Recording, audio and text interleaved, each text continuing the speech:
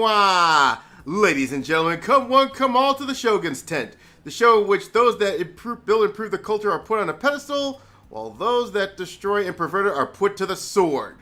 This is the March 24th edition of the Shogun's tent, and I am your host, the Bane of the Woke, the Harbinger of Heritance, the Mad Shogun, RealAaronAlexander. And tonight we have two of our retainers in attendance. First off is the lady who gets the migraines from hell while giving out plane rides to hell, the literary sage of Washoe County, Justine Hart.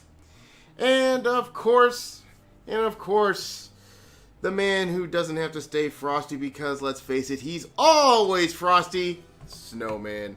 How are you both doing tonight? Pretty good. Oh, yes. Just glad I got my computer fixed and brought back to me. Good. With an improved solid-state drive. Very Up to nice. 2 terabytes, people. Oh, yeah. Now, a little update on what's going on with the OSR thing. Well, the good news is most of it's finished. I still got to take care of the final battle and some odds and ends, but I do have a busy weekend ahead of me because I gotta not only get write the final odds and ends in there, but I gotta do the book, you know, and the cover. I've already got an idea of how I'm gonna put the cover. And by the way, the working title. Well, I have thought of a title that I'm gonna be coming up with it. Because the one you have right now, Snow, that's the working title. I mean, yeah. that's sort of like I the assume such. So I'm gonna officially give it a title this weekend and everything, and then hopefully get this done by Saturday night. Because apparently, I'm hoping I really don't get dragged into a situation Monday. Because 20 hours of driving and yeah, it's a really nasty one. Ugh. Anyway. So, yeah, man. But anyway, oh boy. So I think if there isn't anything else we haven't talked about yet, well, I do have a question I got to ask you, Justine. Since you did bounce at the end before it did, because I really wanted to get your take on the whole Disney stuff that we talked about last week. Well, you see, the thing is, I still love Disney despite what they're doing. I mean, I hate what they're doing with their movies, and that's probably the biggest part because they're going all woke and stuff like that. Most of the stuff they do is like kind of out there, but some of the stuff they're doing is still pretty good, so it's kind of I'm kind of wishy-washy on it. You didn't hear about the last bit of the show last week. She did. Yeah. Okay. Yeah, four of them that we know of. But like I said, there has been some but there has been some developments with the Disney situation, but I have opted not to cover it this week because at this point, let's be honest, it's beating a dead horse. Beating a dead horse. And we honestly don't need any more black pills today. Yeah, because again,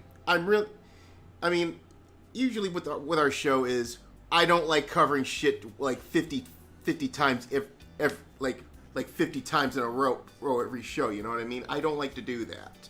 I mean, yeah, we covered it twice a week. We also covered the whole Funimation. Yes, there's been developments with that, but I figure, you know what? 3 weeks in a row of this shit, not happening.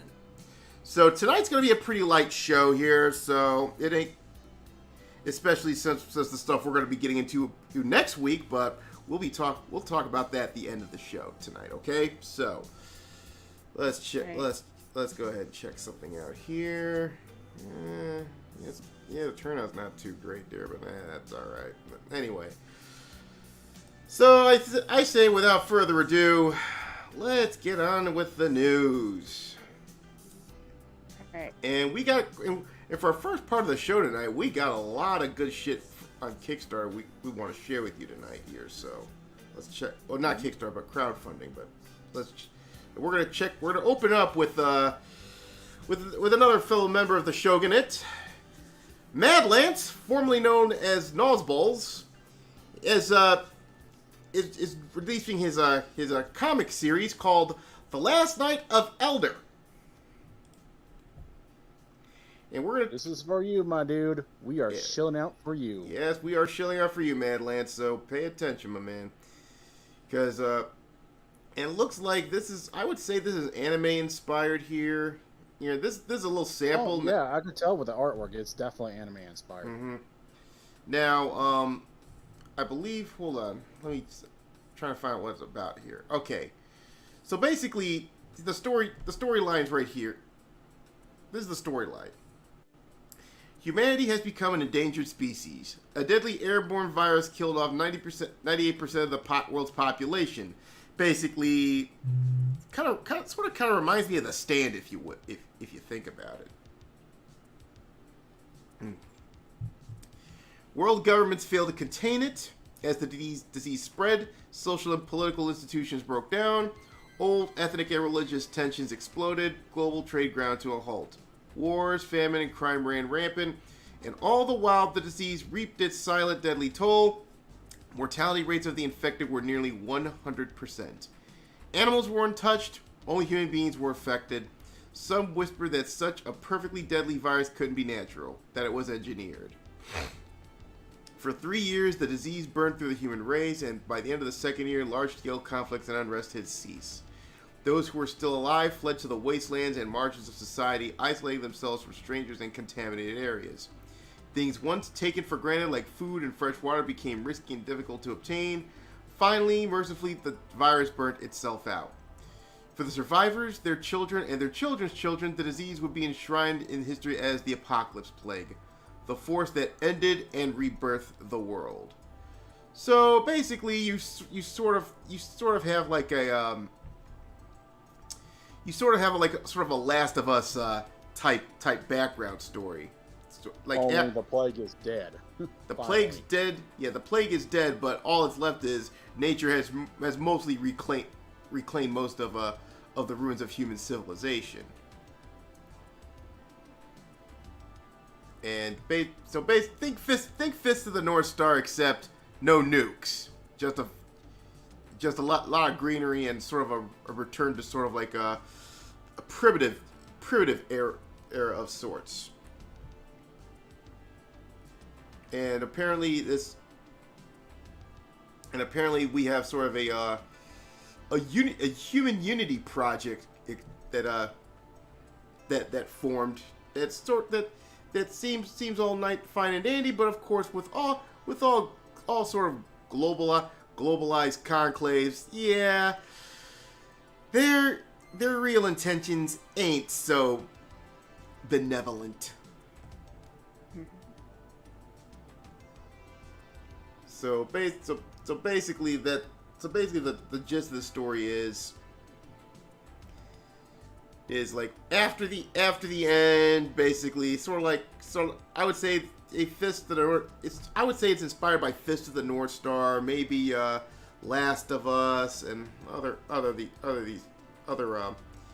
post-apocalyptic standards there, but like I said, Mad Lance has got a good ooh, wait a minute.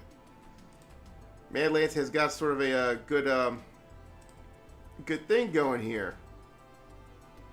Because the artwork looks pretty good, and I do like the aesthetic that's more. They decided to go for a grayscale effect. Now, so, however, and the good news here is he does have a Subscribe Star, where you can donate. And 2 tiers, $3 and $8. What does the $3 offer? And not much. And of course it's about 37% away. 37% away from his goal. And this is the first time on the show that we have a project that is based in Subscribe Star. So this is Which is actually a good thing, because I have not seen Subscribe Bar fuck anything over yet. Mm-hmm. Yeah. So. If anything, I wish they had like a tip feature so you just tip them. Mm-hmm. And there's a lot of the stuff that can be unlocked, but overall, at first glance, this seems like a pretty decent adventure going on here, and and hopefully we'll see how it goes, how it evolves going forward. So, I think that, however, though, I'm for a little suggestion, Madlands. I would say start talking to some of the guys in Comicsgate, because I'm sure they'll get your back. Even though it is anime. The first person I would suggest you actually go talk to would probably be JDA. Yeah, JDA, yeah. That'd be my best perfect choice. Yeah, because John's been promoting all these. John's pretty much when it comes to a lot of this Comicsgate stuff right now. Right now, the first stop is John Della Rose, for sure. Because he's been promoting these guys like hell, you know? Not to mention, he's a friend of the show and been here a couple of times. Oh, definitely. Yes, because I think right now your first stop is pretty much John, and then eventually you'll get to Ethan Van Sciver. And when you get Ethan Van Sciver's attention and he promotes you, watch your shit blow up.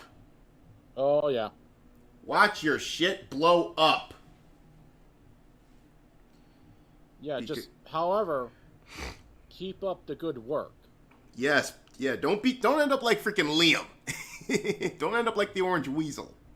Yeah, don't feel like, oh, Ethan fucking promoted my work, I'm set for life. No, don't even get into that mindset. Nah. Work hard every fucking day. Yeah, work hard, and like I said, and a good example of that is. For the love of God, if you got exploited by Ethan, you better give Ethan his credit, unlike that fucking Australian weasel. Yeah. And like I said, take all the credit for himself. I'm like, bullshit, man. Ethan fucking hoaxed you.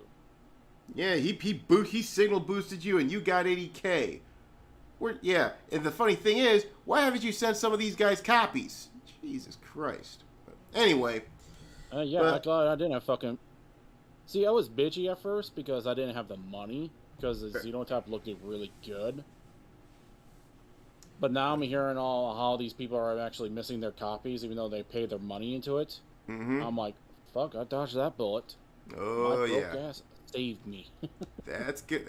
Well, yeah. Guess you had a sneaking premonition that shit's gonna turn into a fucking. Oh, I didn't have any premonition. I really wanted that Xenotype, but I didn't have the money at the time. I'm like fucking broke. Oh yeah. So this was more like fortune of the gods. But for right now, Mad Lance, like I said, start talking to my man John. Hopefully, he is on his servers, and I'm sure he'll, and hopefully he will find a way to get on his one of his dank streams some of these days. And once you get on the dank stream, and then you start talking to Uncle Ethan, oh, this will be happening to you. Donations. Gifts.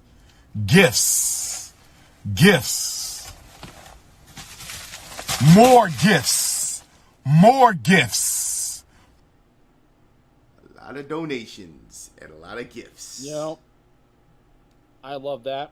I love that so much. Mm-hmm. I prefer that over the bitch and whining moaning soundboard. I'm like, oh. Yeah. Not this again.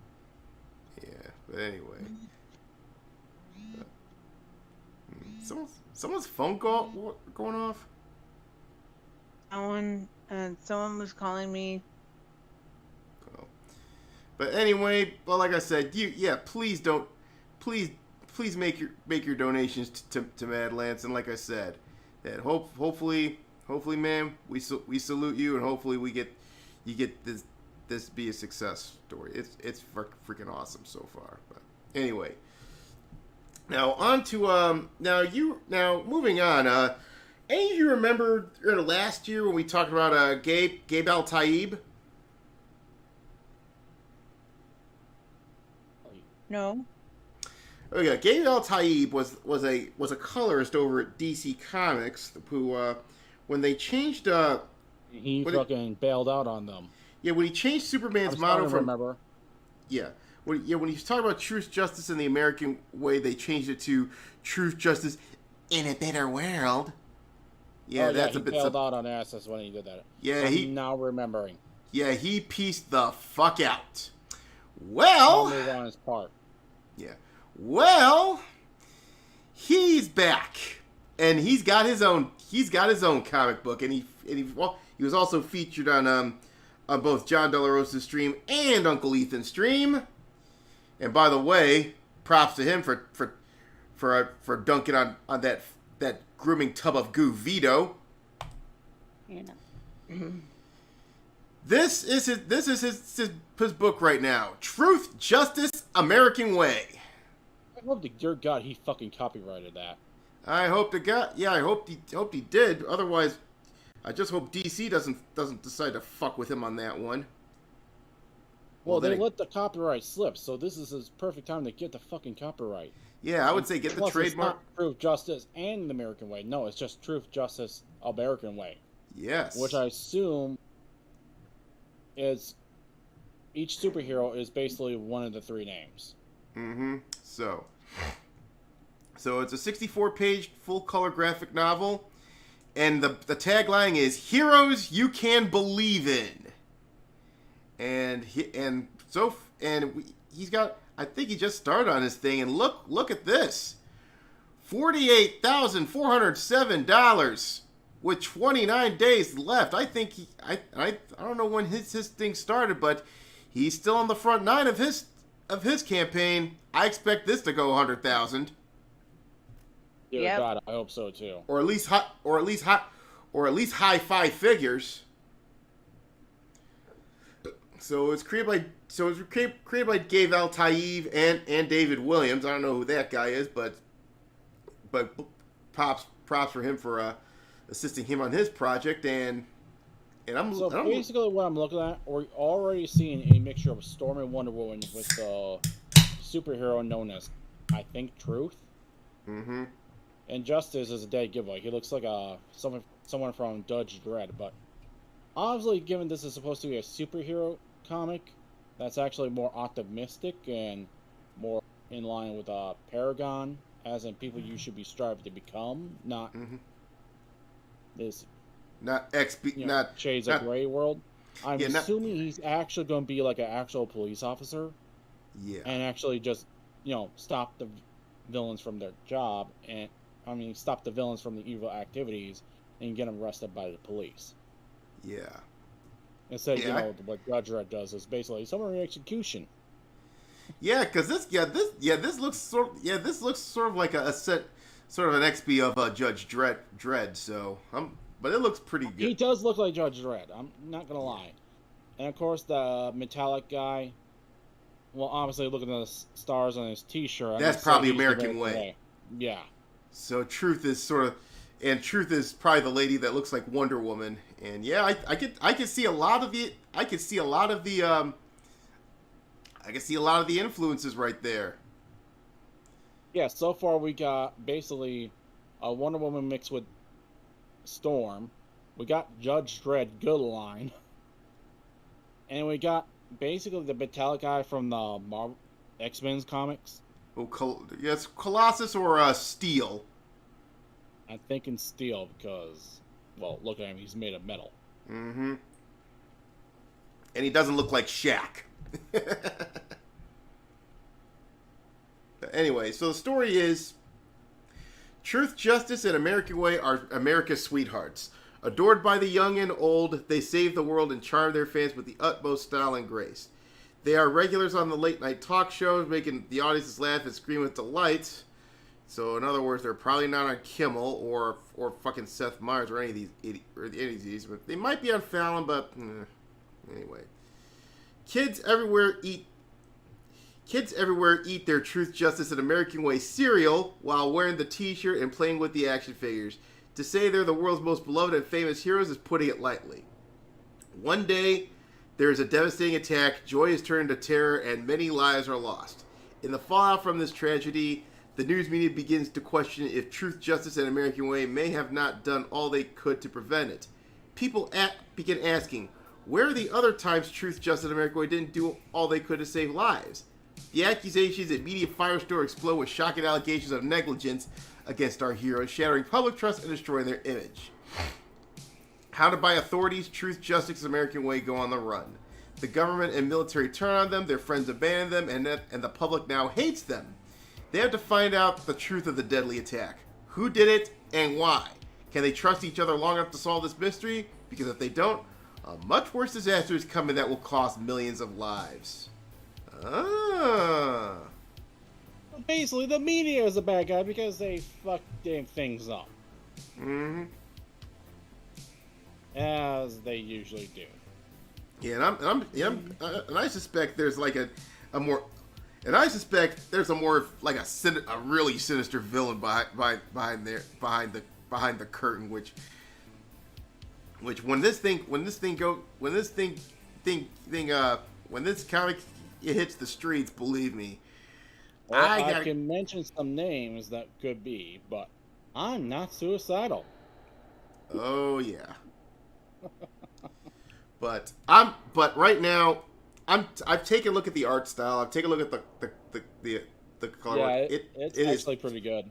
It's really No, right good. now I am looking at cover art. We have not seen the actual comic pages, but given this is the colors doing it, I'm pretty sure the colors are going to be fantastic. Oh yeah. And here's some inner comic book pages, and it looks wonderful. Oh yeah, this is consider this guy was a former I think we got a preview of villains. Yep. Now considering that this guy was former colors for DC Comics, you can see a lot. You can see Gabe Altype is sort of the example of what's happening with the comic book industry. A lot of these guys, they're going independent. Can you blame them? No, you really can't. And of course, you already got merchandising coming their way. We already got shirts. Man. I can't blame these people for leaving DC. It's a sinking ship. It is. And frankly, judging what's going to happen in the future, and this is just an educated guess, these people are basically going to lose their jobs, and Warner Brothers, with Discovery, is just going to keep the IPs and just, if you want to make a comic book of our superheroes, you're going to need to you're going to need to actually purchase the license to do so. Yeah, I do see the whole licensing thing coming, but I think what's going to happen is I don't think the licensing is going to be an option at this point, because. Oh, you think it's just hog it up and like no more comics? No, here's what I think is going to happen. Okay, I said that they're not going to sell the licenses. They're just going to probably sell the IP altogether. Why do you think they sell the IPs? If they're desperate. They'll try, because if you try to sell the licenses, there's going to be too many strings attached. And right now, if you have all these guys making their own shit, and they say, you want to do something, you want to buy our license, but the problem here is they're going to add a bunch of catches and what have yous on it, and it's like, okay, it's not even worth it. So basically, we need to start saving our pennies to buy some E's and D list superheroes and villains. Yes, and I already got and like I said, when Marvel starts opening the fucking shop, I already know which two I'm getting. And I think the superheroes that I want, if I ever make a comic book, are basically already in public domain. Yeah. Now the two that I'm talking about, imagine Dazzler or Jubilee in the Ronin-verse. Ooh, that'd be weird. No, it wouldn't be weird because they'd probably be like mutants. Well, they won't. I'm just saying, interesting. Well, they won't be. Well, let's just say that. Say I'll have to retool their powers and origin stories just to fit the lore though, because they can't be just they're just mutants. No, let's just say they might. Thing is, you have the lupines, you have the succubi, and you have the vampire ones. Yeah. And those are all basically mutants. They're Yeah, all those just normal human beings with DNA switch around. Yeah, I would say. Yeah, I would say it's more of like I don't know. So I'm pretty sure you don't want to add any supernatural elements to your game. No supernatural shit. Exactly. Very all the supernatural stuff in the Roninverse is 100% folklore. Yep. It's all biological. But Yeah, if anything, we're probably... The only chance it might get supernatural is if we ever do a fucking crossover, and even then we'd be written down, this is not canon. mm-hmm. This is a what-if scenario. We're just completely goofballing this shit. Yeah. Yeah. Yeah. And already we got stretch goals. They got their stretch goals planned, like for 50,000, which I'm sure they'll get in a few days. There's gonna be a card set, and right now I think there's some that he's still brainstorming up in case they get to a point where it's, oh wait a minute, we're closing in on this amount. Okay, let's put out another stretch goal. So, but all in all,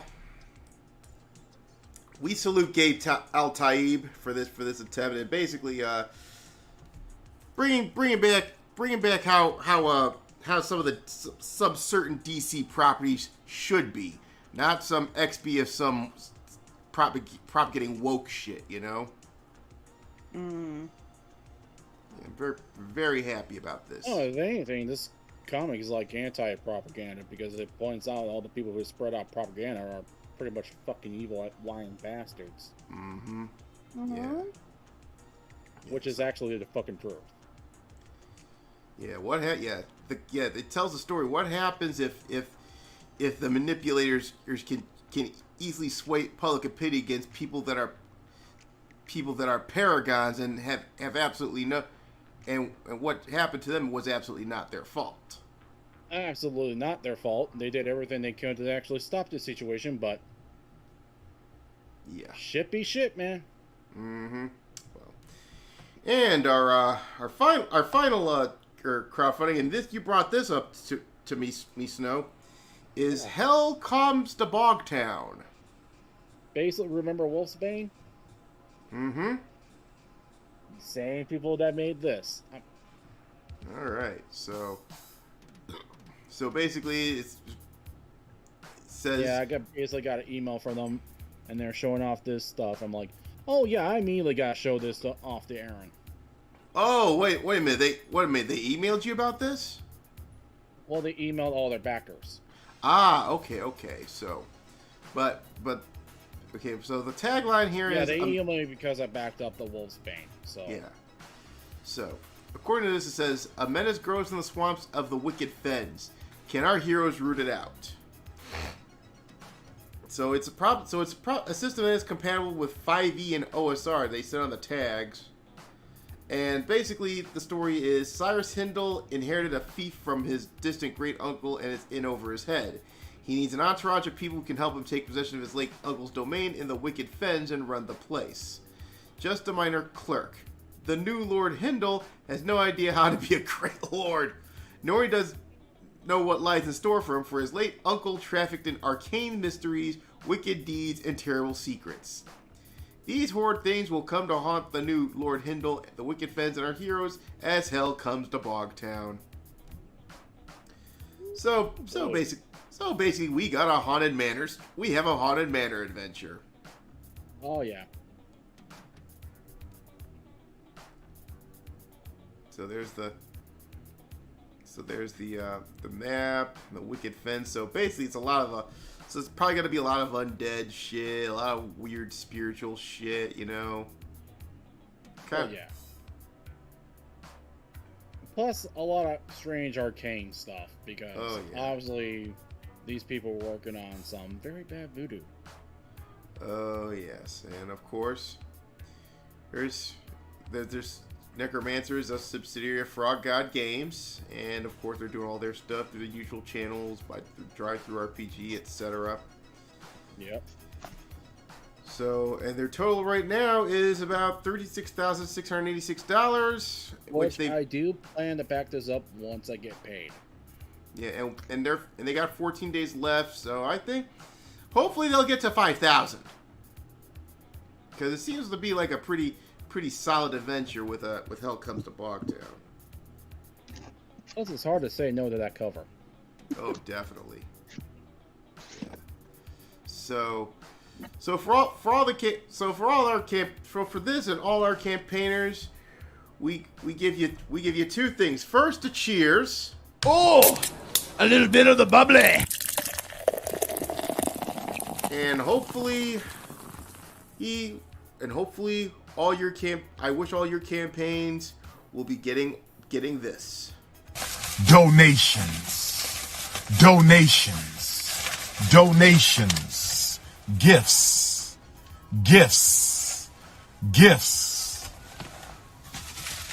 more gifts. All right, so there you have it. Here, so best of luck to all these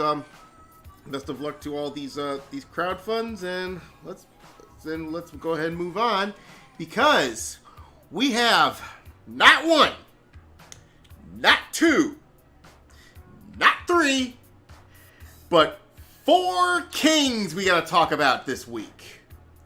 It is a cavalcade of kings. Yes. Our first king this week is... Come on, this guy's been a king for over 40 fucking years. Ice motherfucking T. Ooh, Put out one hell of a tweet earlier today. Basically said, I was robbed at that gas station in New Jersey last night. After my hand stopped trembling, I managed to call the cops, and they were quick to respond and calm me down. My money is gone. The police asked me if I knew who did it. I said yes. It was pump number 9. Oh, fuck, yes. Finally, a celebrity that actually has the idea that, like, yo, this shit's bad. Yeah, and like I said, I might not agree a lot with some of what Ice-T says, but like I said, for the most part, In this instance, we do. The guy's a good. The guy's awesome, and the guy's basically stuck to his guns for nearly 4 decades now. So, we gotta give this man a cheers. Oh, a little bit of the bubbly. Yeah. And thank you for pointing out the fucking gas prices are fucking ridiculous, along with everything else. Yeah. It seems some of the celebrities actually get what's going on. Yeah. Let's go, Brandon. Yeah, really. But like I said, a lot of the but this is going. I mean, but this is something you expect, because there's also something going on, sort of something a little it's not like mainstream, but it's like, any of you ever bought a box of Cheerios as of late? I've seen the prices of meat. Trust me. I don't need to make a horror setting anymore. The fact that bacon costs like $9 for a fucking pound should be horror enough. Mm-hmm. Well, anyway. Now, in the backs of some of the box of Cheerios, they got iced tea. They got iced tea on the back of the box now. Oh, really? Yeah. If you could go to any store, you see a box of Cheerios, you look at the back, they basically got iced tea in the back of the box now. And what I see people doing, though, and I know what you're saying, well, he's just pimping out some cereal. Well, in Ice-T's case, he says a hustle's a hustle, which I respect that. Yeah, it's just in this case, I'm gonna see those boxes of. Well, I'm gonna see those pictures of Ice-T disappear if he keeps making these posts because Well, he's always pissing off yes, all those fuckers that sided with Biden. yeah, all these motherfuckers that you say, well, just buy an electric car. Oh, fuck, that was so wrong on so many levels. I'm still looking for that. That's the Ice-T challenge. Naughty Dragon. Yeah, I don't want to talk. Okay, here, this is it right here. This is what's called the Ice-T challenge right now. Okay. Okay. Yeah, this is what they're doing. I'm just gonna show it to you. We're at the grocery store.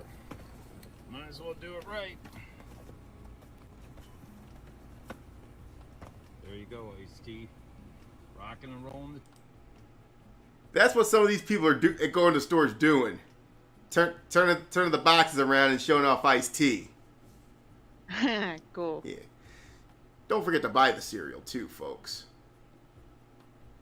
But Yeah, someone tells me we're not gonna get paid anyways. But someone tells me if we were getting paid, this whole stream be like, we're cutting your money. oh yeah, but still. But like I said, The Naughty again. Dragon got us. Oh yeah. Anyway, I didn't see it because I was just trying to figure that out. But anyway, but like I said, keep being you, Ice-T. God bless. Of course, I've been listening to his music for the past 30 years. Anyway, so. And he was really good on Law and Order. SVU. Yeah, Law and Order SVU. SVU, yeah, he's been on the show since the beginning. I think it's one of the only Law and Order shows that are still going on right now. Yeah. Okay, so moving on to our next king. And we know this guy's a king too because come on, it's Nick Cage. Oh yeah. I'm so glad he's doing a new movie. And he actually paid off his debts. So Yeah. he did pay off his debts, and he takes a shot at Rodent Inc. for The Unbearable Weight of Massive Talent.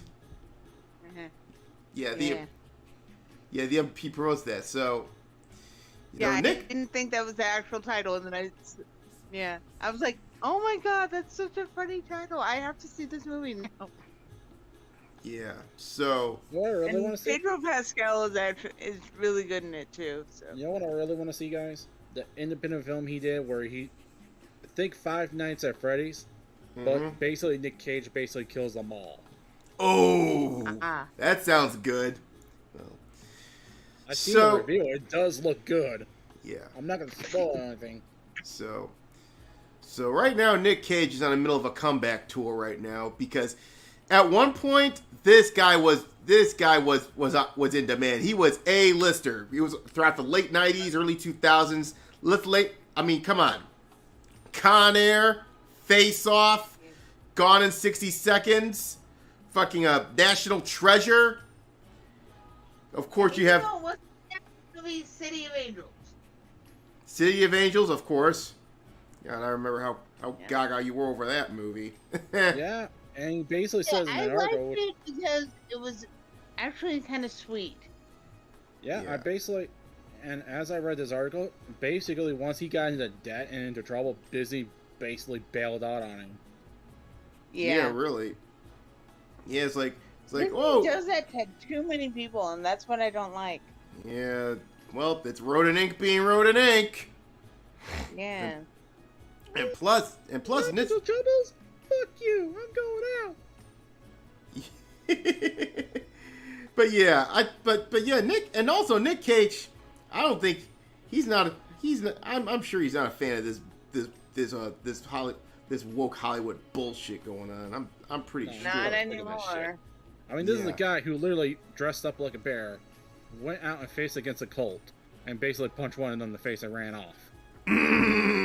I love that movie. Yeah. So that So was my Mickey Mouse impression. okay. And well, look at it this way. At least Justine, isn't giving you the stare of death like when I did the Mickey Mouse impression. Hey. I didn't give you a stare of death. No, you said don't make fun of Mickey Mouse. I said don't make fun of Mickey Mouse. I didn't give you the stare of death, though. And the mouse deserves to be played on for all the crap that the company has done. Oh yeah. So he does have this movie called The Unbearable Weight of Massive Talent, and it seems to get out of this hole. He made some small budget independent movies over the last decade, and it's paid off well. I mean, yeah, it's not earth shattering, but he's paid off his debts, and basically gave Baker Steve the finger, and now. But the good news is he's keeping his feet in the indie scene, which is very wise, because I'm sure with Hollywood becoming a fucking dumpster fire, the indie scene's gonna take off, and Nick Cage is gonna make huge bank. And keep in mind, isn't Nick Cage a member of the Coppola family? Yeah, he is. So He changed his last name to Cage because he didn't want to ride on his family's coattails. Yeah. So why didn't they help him out when he was in financial trouble? Coppola's Hollywood royalty, number one, and number two, considering that mentality, he probably didn't want a handout. He wanted to dig himself out, and that he did. He did. He did a very good job. Yes, and I give him a cheers for that. Yeah. And I hope he stays with indie films, because apparently they treat him much better than Disney ever fucking did. Yeah, and you watch, they're gonna blow up. These indie films, the indie scene will be blowing up, especially because, like I said, Hollywood's a sludge farm right now. That could be a good thing. Yeah. Yeah, it's about time we fucking get some actual good movies. Yeah, definitely. So in an interview, basically, he made a quote saying, "I've got all these creditors, and the IRS. I'm spending $20,000 a month trying to keep my mother out of the mental institution, and I can't. It was all just happening at once." He was also, keep in mind, he was also in Ghost Rider, I believe. Ghost Rider. Yeah. Oh, Ghost Rider, yeah. Yeah. I thought you were talking about different Ghost Rider. Not Ghost Rider, where they from that PBS television show from back in the 90s. Nah, we're not talking about that. No. I was talking about Ghost Writer. That's what I was talking about. That's Yeah. what I was talking about. Oh, okay. But anyway, so he goes on to say, despite the roles he took, he never phoned in a performance on screen. And we give a cheers for that. Oh, a little bit of the bubbly. And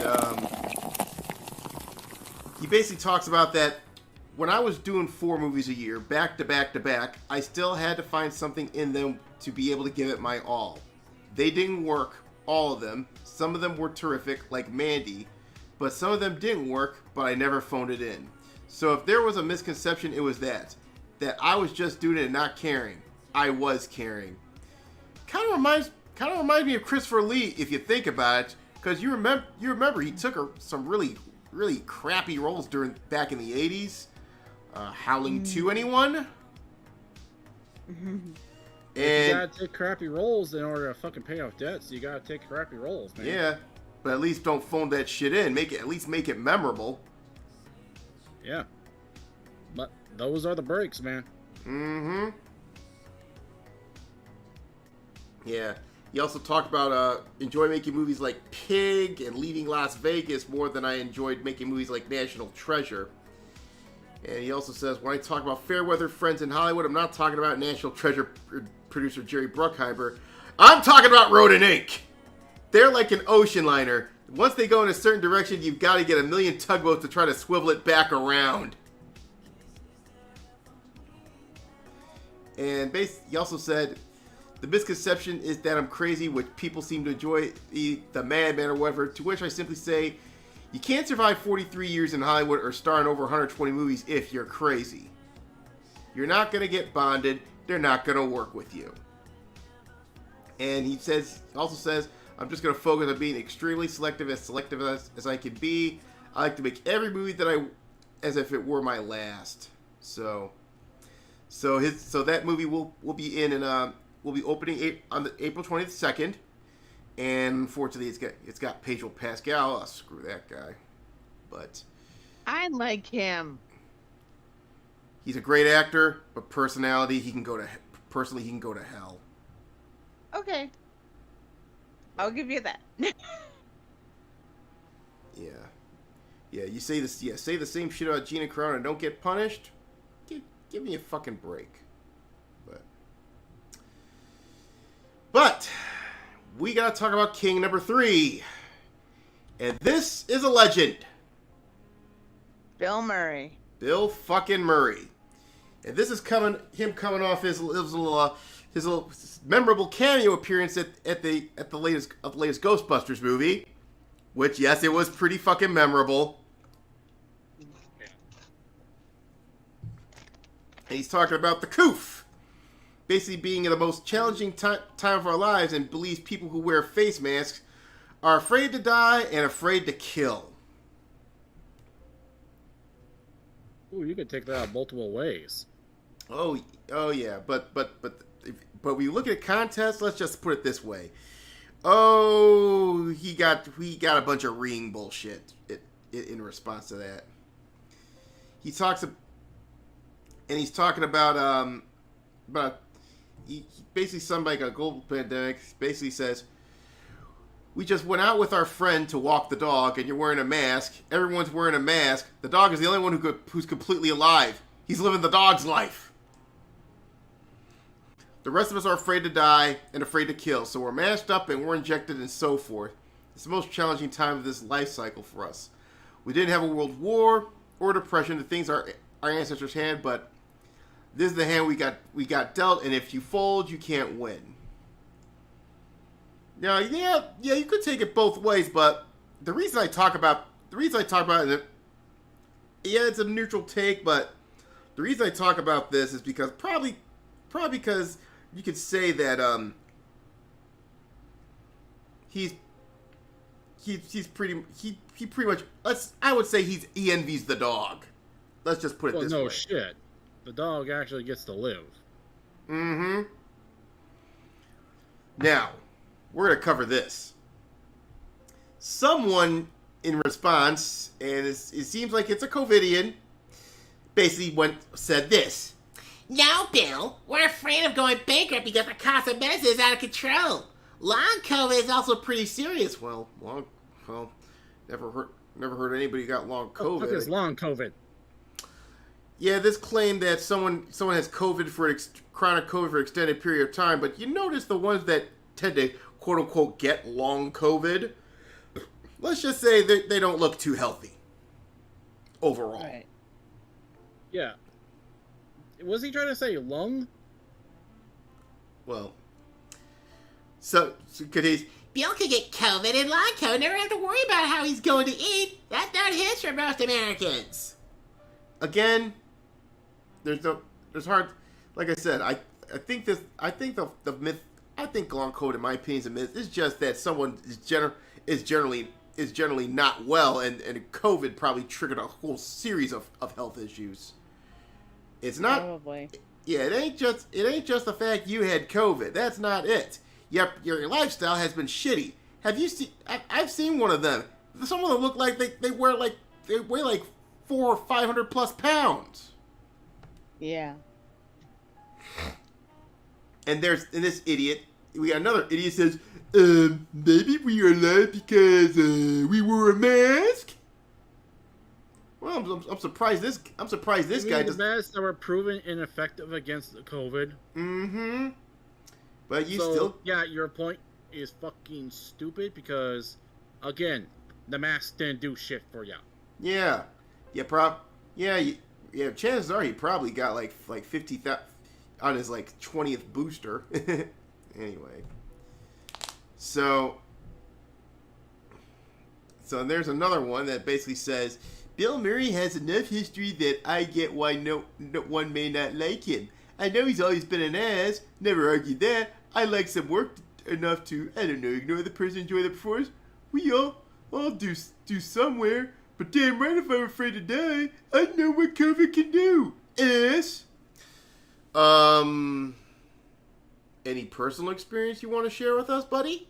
Countess Frogula. Yeah, that's a cringy ass name. Yeah, it sounds like a bitch because of Countess. Mm-hmm. And the thing here is, I don't think Bill's story statement was him making an ass of himself. It's a pretty, I would say it's a pretty tame statement compared to a lot of things Bill has said over the years. It's tame compared to what the guys who made that Gladiator game said. Mm-hmm. I mean, they flat out called you a fucking coward. Oh, yeah. Bill Burry's statement is a little bit more understanding for your end. Mm-hmm. So, now we get to the crazy shit. We have an memorial service of my 25-year-old niece who died of COVID because she was afraid of the vaccine. Here we go again with this shit. Crematorium is backed up a month due to all the deaths. My country Owns the mortuary. Citation needed. still can't get it done sooner. Please tell us about Death Bill Murray. It's better to live as a normal human being, Tiffany, than be a fucking mask freak. Yeah. I think my response to this is simple. Stop it. Get some help. Or, stop it. Go outside, actually. Touch Yeah. grass. And here's another idiot that One needs. thing I have to say. Go ahead. The one thing I have to say is I would not be wearing a mask if my job didn't require it.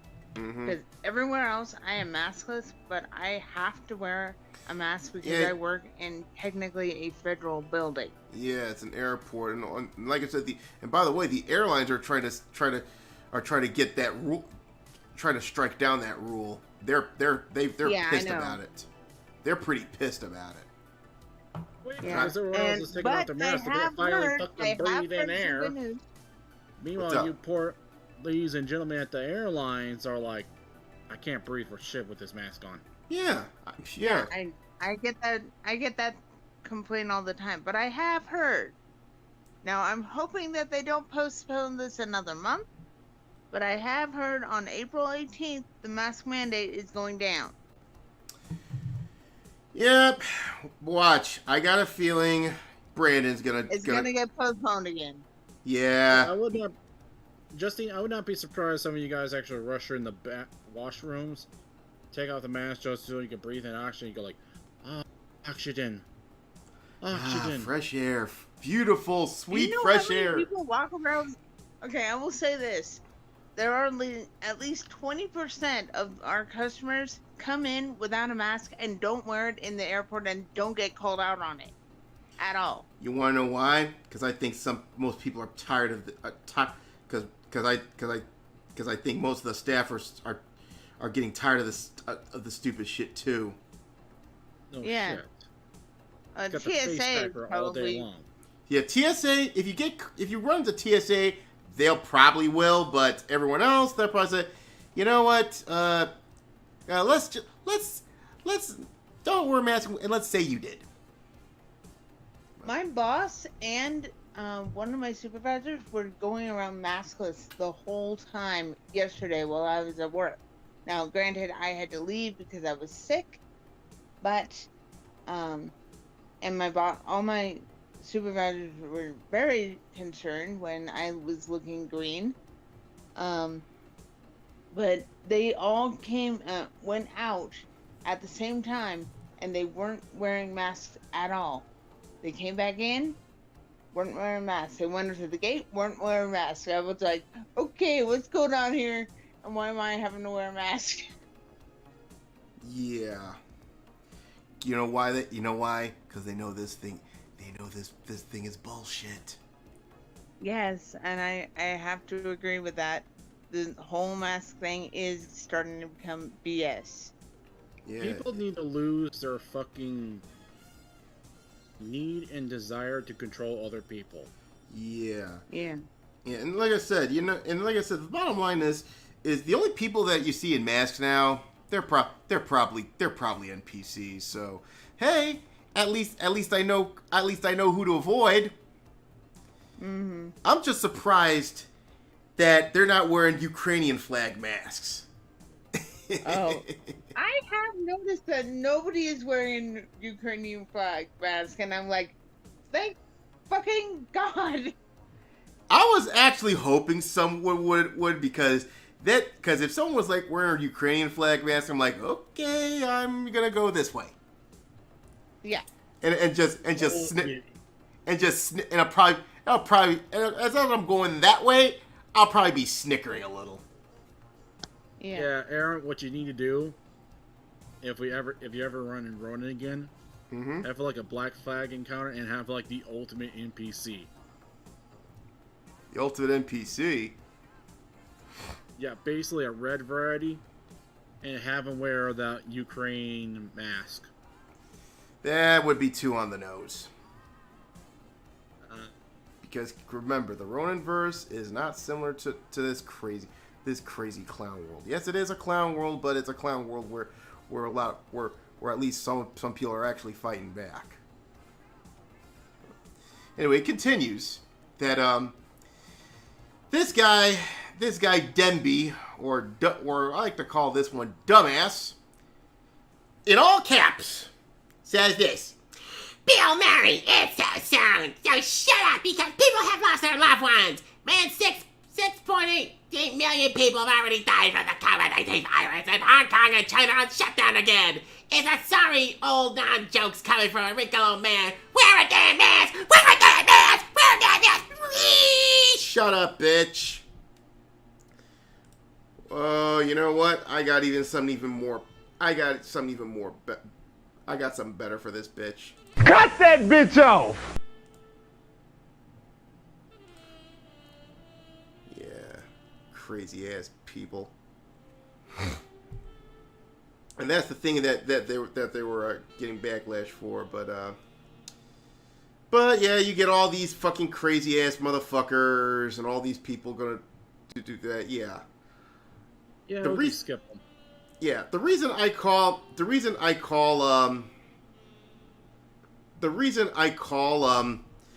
Bill Murray a king is because yeah, it's a tame statement, but he's exposing all these COVIDians. They're fucking crazy. Yep. Jesus Christ. But cheers to Bill Murray. Oh, a little bit of the bubbly. Cheers indeed.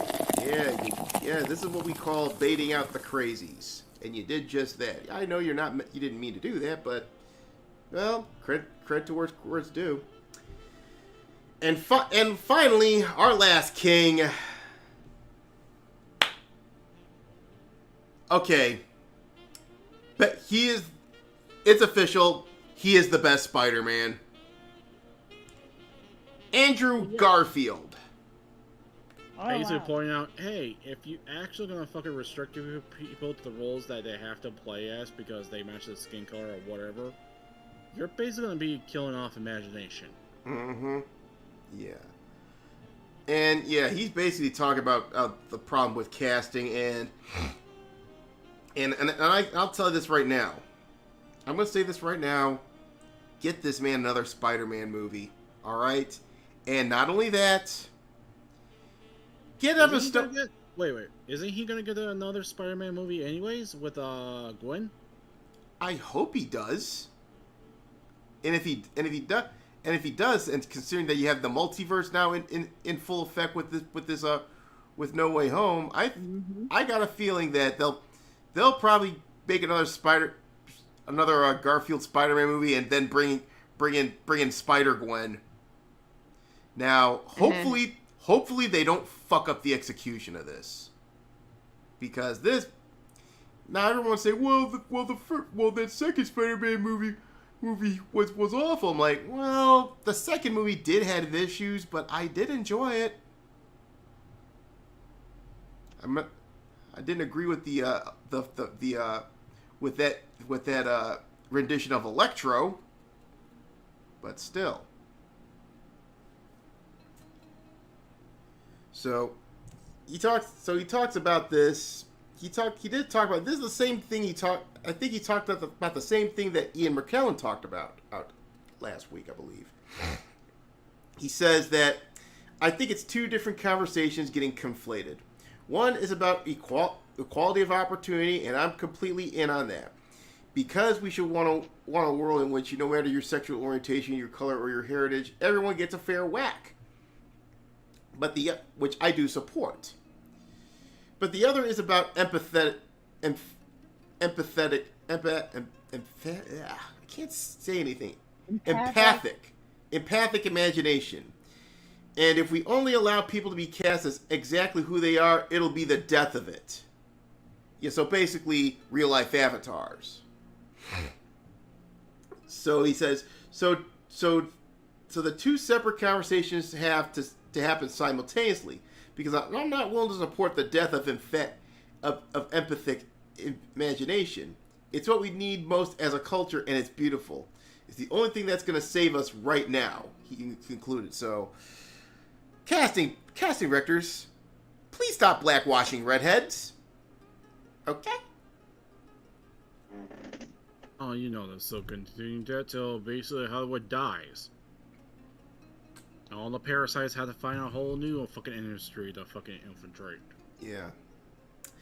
Yeah, and then they also talk about Sir Ian McKellen. Which, if those indie film industries are actually fucking smart, they would not allow them in. They would gatekeep. Oh, yeah. So, yeah, Pedro Pascal, he's lucky he got a pass with that movie. Yeah, but anyway, they also talked about Ian McKellen's comments, which we already touched based on, and of course they talk about the whole Scarlett Johansson hullabaloo, considering her playing I believe was a transsexual character or something. Yeah, but still. So basically, it's this. Andrew Garfield understands casting choices need to be overhauled, need to be fixed. Toot sweet, because all this diversity casting, it's really starting to hurt the industry. But then again, a lot of other things are starting to hurt the industry, and it's what we're facing in Hollywood right now. Death of 1,000 cuts. And it's not just Hollywood. Oh, it's also award shows and music, every aspect of culture. That's why, like we said, it's time to we gotta start decentralizing, folks. Shit, do what Nick Cage is doing. Start directing indie films. But for Andrew Garfield's comments, I will also first give him a cheers. Oh, number one, a little bit of the bubbly. And to him and all the other kings that we've talked about, well, Long may he reign! Long may he reign!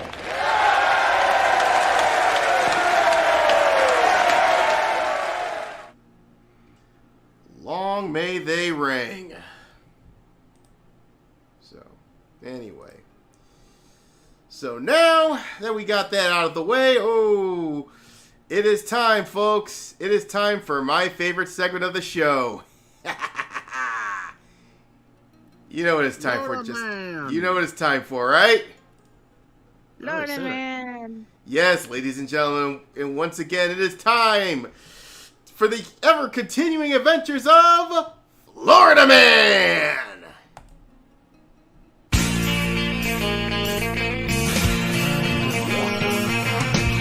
No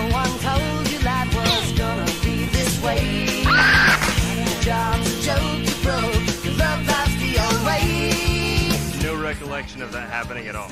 This store sells some good liquor. It sells some good liquor. Sweet potatoes!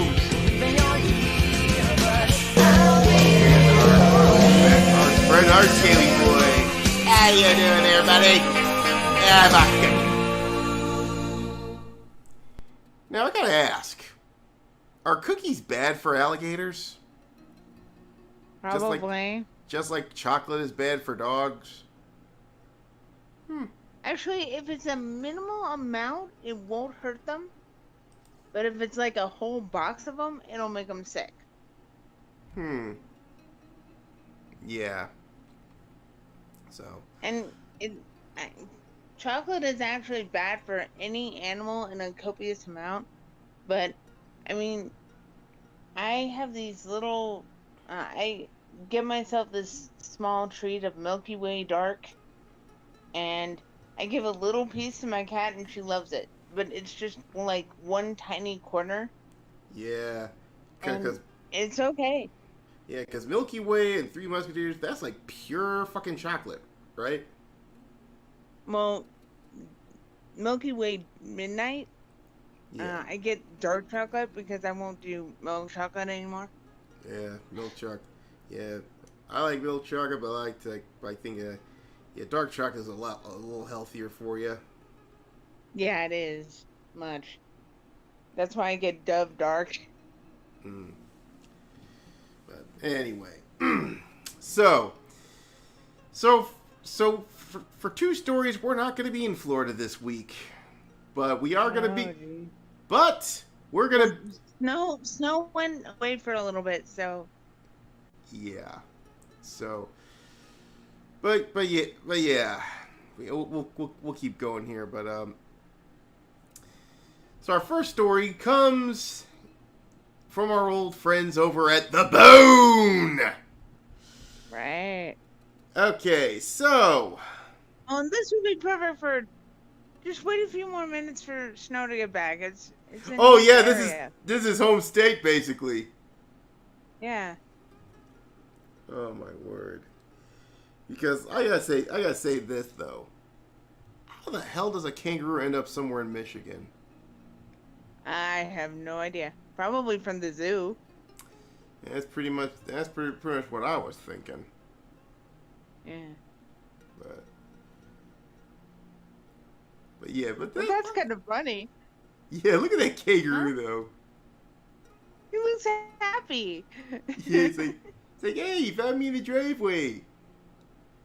Hey, can you point me the way? I gotta beat up an orange. I gotta punch out an orange dingo, or an orange weasel, I should say. An orange weasel. Yeah, really. I think you're in the wrong country, dude. Yeah. Try to. I don't know. They're going home. Going home. I don't know if they'll allow. Kangaroos on a plane though. In cargo, they will. Yeah, but you gotta find like a cage for them, and kangaroos they ain't small animals. You need to No, they are not. They're about 6 foot. Jesus Christ, yeah, they're tall as a basketball player. Yeah, but their cousins, the wallaby, is actually 3 feet shorter. It's basically a junior version of a kangaroo. I never. Yeah, the only thing I've ever heard about wallabies is they made a cartoon series of it back in the '90s called Rocco's Modern Life. Yeah. I remember that. Rocco's Modern Life.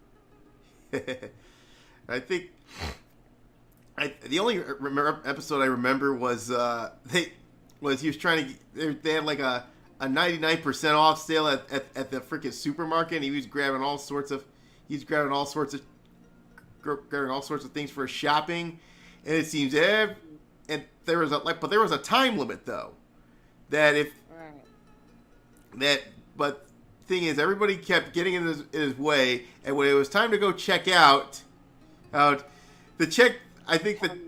checkout guy apparently was slow as was slow as a freaking turtle. He probably was a turtle or something. It was like took a one eye like took like 1 minute to fucking scan basically. And as the what you call it, the sale ran out. His price tag was like what, like $900, and Rocco flips out and then says, "Oh, okay, I'll change it back." Boom. That's the only episode I remember from that series. It wasn't a bad series. I mean, it was actually one of the tamer ones than what they have now. Well, actually, Indoctrination is what I mean. yeah, by that. But I'll tell you this: it's when I talk about Rocco's Modern Life, it's no Ren and Stimpy, it's no SpongeBob, it certainly wasn't Rugrats or Doug. No. God, what's taking Stowe so long? I hope he's not going number 2 here. Anyway, so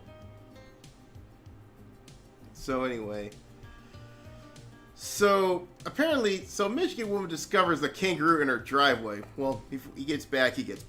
So, and this is in Lapeer County, Michigan. So, a Michigan woman lives in the southern part of her county, but now down under. So, imagine her surprise when she saw a kangaroo hopping on her driveway on Tuesday.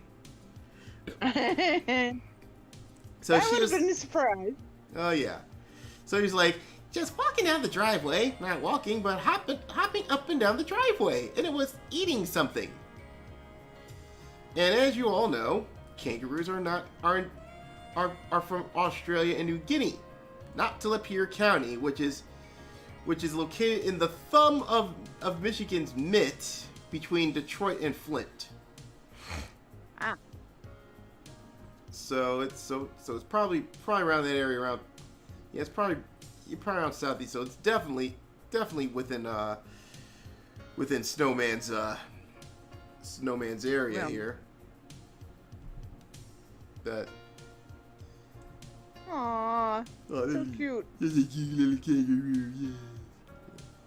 So she says, we have nothing but wildlife, farm animals, and cows. She called 911 to report the misguided marsupial, but was met with skepticism from the dispatcher.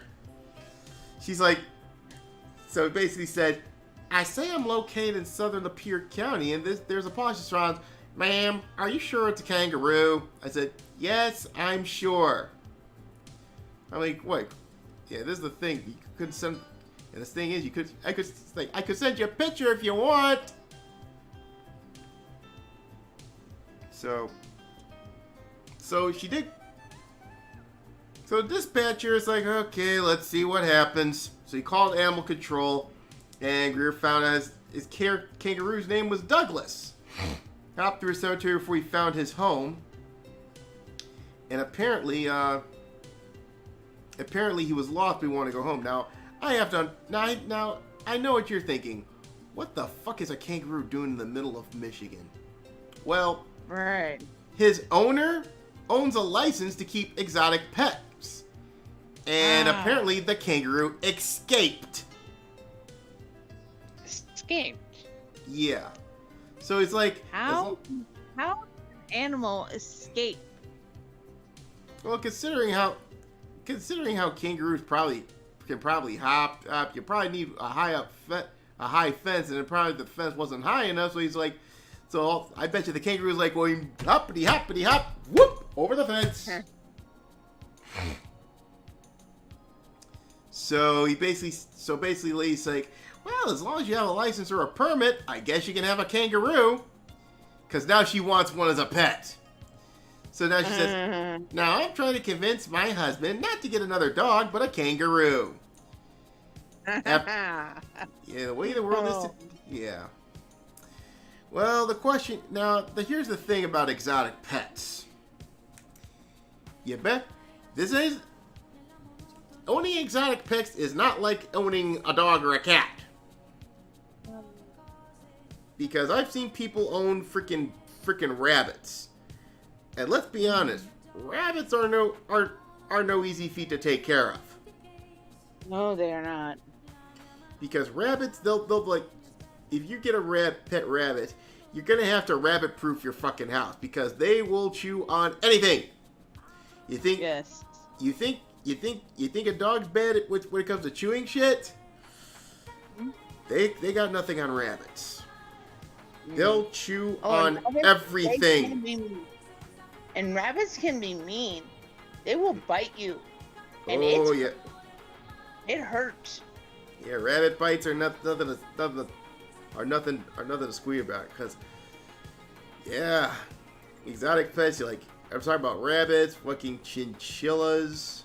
Who else are owning weird pets? What's another popular weird pet? Wolves may not seem like a weird pet, but they are considered an exotic wild animal. Well, you know someone owns a wolf? I've seen someone who owns an 80% wolf. Oh. The other 20% was German Shepherd. Oh. Yeah, and it was a beautiful animal, and it was oddly funny. Oddly friendly, because wolves are, very, reserved and very aloof and very cautious and stay away from people. This dog, and I think it was because of the German Shepherd personality, it ran right up to me and wouldn't stop licking my face. I was like, okay, calm down, dog. Yeah. Kind of like my friend's pit bulls. But I think my mom and dad's dog is part wolf too. She's like 20% wolf and the rest husky. Oh. Well, huskies you're usually got some wolf in them. Well, yeah, but this dog has part mostly husky and part wolf, because the way she her eyes and her mouth, her muzzle, they look wolf. Oh. And her personality is part wolf. Jesus, what happened? Very, very. I told you I had to go to the bathroom. I'll be right back. Yeah, I'm like, what happened? I was like, what happened? Was it taco night at your house? No, let's just say something's going on. Oh, chili night. I'm gonna tell you what's what. So. Okay, I'll. Okay, we just finished TMI. talking about a kangaroo in Michigan. Yeah, I read that. That was pretty. Yeah. Well, that was pretty cute that she actually saw a kangaroo. I'm like, yeah. How'd that happen? Yeah. So yeah, apparently what happened was that kangaroo was actually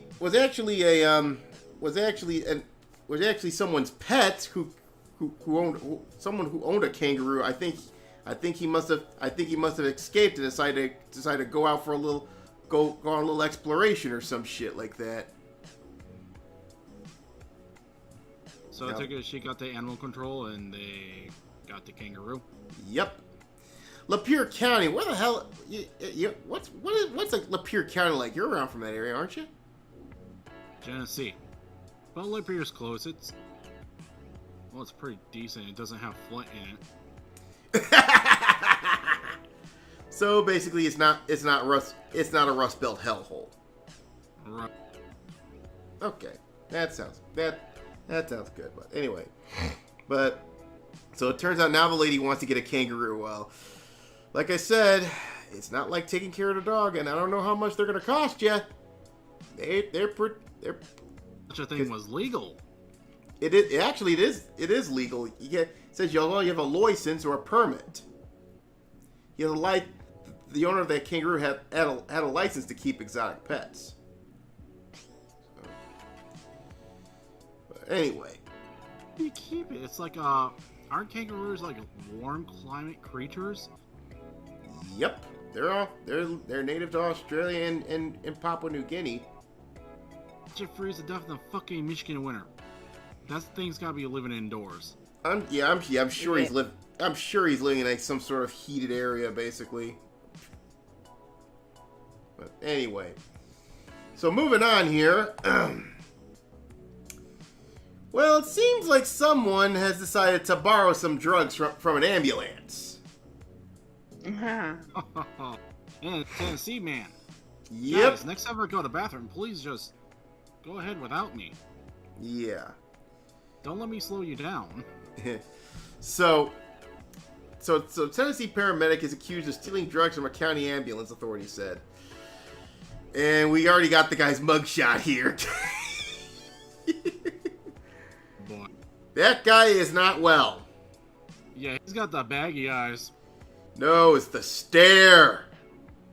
Oh, yeah, He's it's got- a stare, but look at the baggy eyes. I bet he was fucking stealing some sleep medicine. Yeah, he's got sleep medicine. Yeah, he's got that Charles Manson stare. Again, I don't think that guy was well. Dude, I too would have that stare if I have not been sleeping for Yeah, that's as long true. as it does create those baggy eyes. Yeah. I guarantee you he's probably stealing some fucking medicine that'll knock his ass out. All right. Well, we'll find out what it is. So, Travis Allen Stenberg. Sleep, damn it! I need some sleep. I need sleeping pills. No. Travis Allen Stenberg, who works in Sumner County as a licensed paramedic, was charged with 1 count of official misconduct, 3 counts of theft of property, $1,000 or less, 4 counts of obtaining controlled substance by fraud, 1 count of obtaining legend drug by fraud, and 1 count of reckless endangerment, according to Tara Wiley, Sumner County's assistant district attorney. Steinberg took multiple drug... Yeah. Here's what he took. He took fentanyl, morphine, and ketamine for 2 months. Are any of those like involved with sleeping or, you know? Morphine and ketamine, I think. Yeah. So I am getting close to this. Ketamine will knock your ass out. Why do you think pedophiles use that drug? Well, I think he's probably knocking his own ass out. Yeah. Judging by those baggy ass eyes. Yeah, but fentanyl, oof, that's not good. So what happened was, Fentanyl was money on the side. yeah, I hope he's not selling. Well, he's either selling or using, maybe, I don't know, but. So the court documents reveal he took the drugs and replaced it with saline solution. Oh. So basically, it's like, okay, you know what? If I replace these, they won't find out, will they? They will find out. will. Especially- They fucking will. Yeah. They're gonna look at the record, see who last had them, and they're gonna fucking find it was you. Yeah, I bet So you they they're got cameras in that. Yeah, I bet you they got cameras in that fucking ambulance. But, Yep. so those vials were put into the narcotics box, the television station reported. And basically said, we're not talking about a large amount of money, but we are talking about a position of public trust.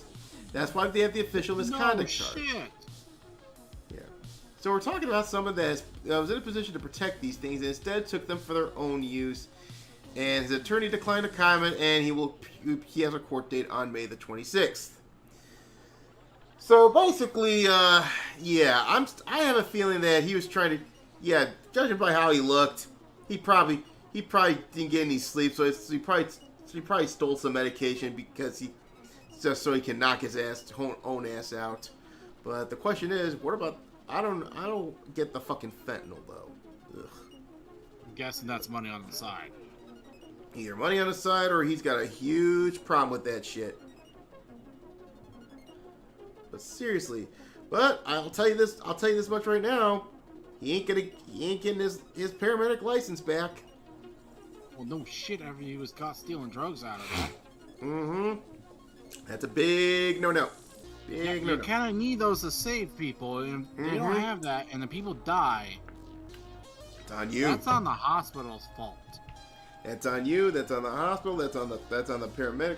On a paramedic company. Everyone can get fucking hit hard.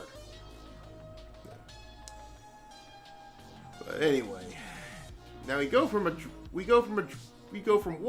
one drug addict to a group of fucking drug addicts.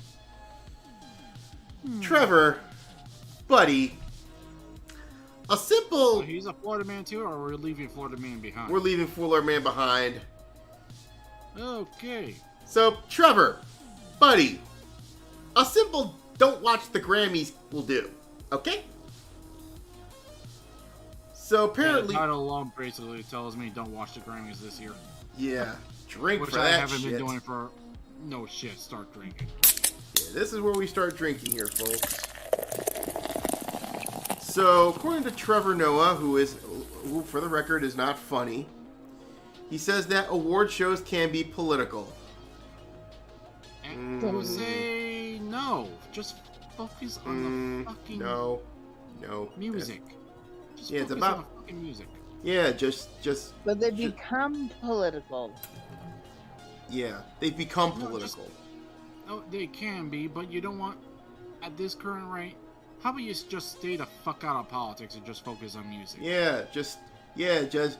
Everybody, that's the problem.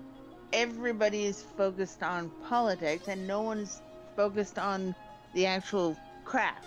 Yeah, shut up and sing. Shut up and act. Okay? No one wants to hear some verses. I mean, you remember, and you know what? I think all this thing I think the best example of this, how people are getting sick of this shit. Again, we go back to our good friend Ricky Gervais. Oh yeah. Yes, Ricky fucking Gervais pretty much said it right there. Spent an entire monologue basically hitting these celebrities over the head, saying, "Listen, you're here to celebrate your acting. You're here to celebrate your singing. Stop trying to talk about your freaking cringy ass politics." Yeah. And you know, I like Gervais. I love Gervais.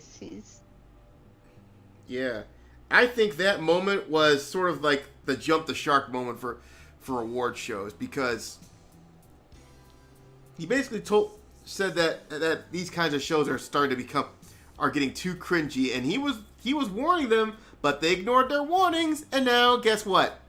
Nobody wants to watch their shit. They won't even televise the Golden Globes anymore.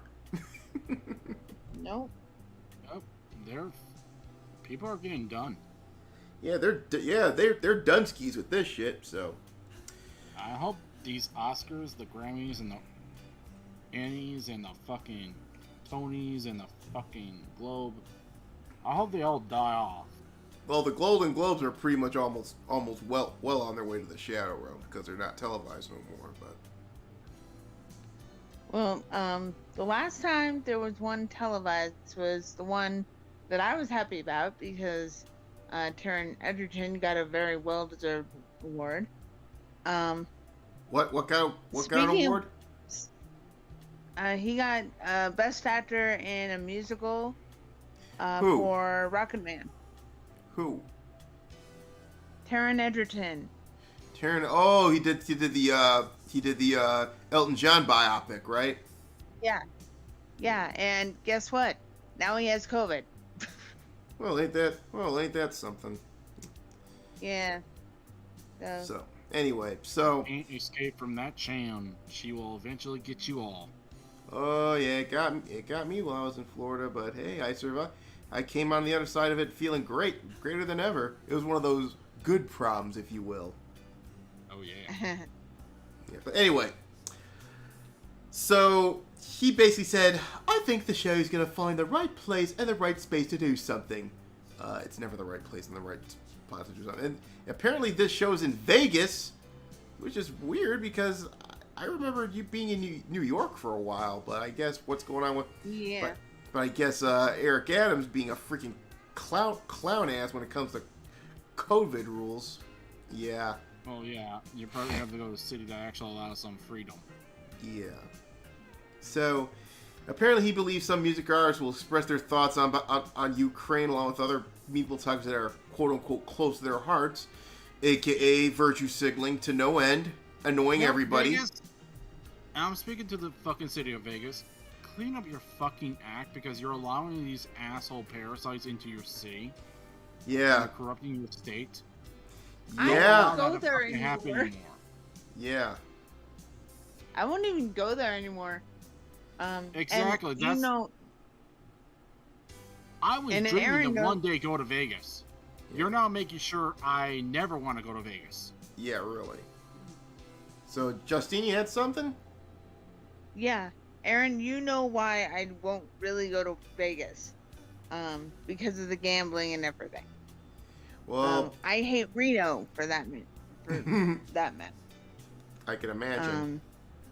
Yeah. Yeah, I really But- don't care about the gambling. If the dumb fucks want to ruin their lives with gambling, let them Gambling's do it. fine. Just don't do it. Just do it. Just make sure you just know when to say when. Well, Yeah. yeah. But like I said, you gotta let people be people. If Yeah. they're gonna fail, don't try to fucking control them because then they're gonna fucking resent you. Mm-hmm. Right. Yeah. Just Would let you- them fail, and then let them fucking dig themselves out of their own fucking hole. Yeah.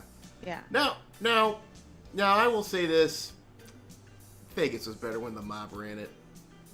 Again, that's a Well, they kept the creep shows out, that's for sure. yep.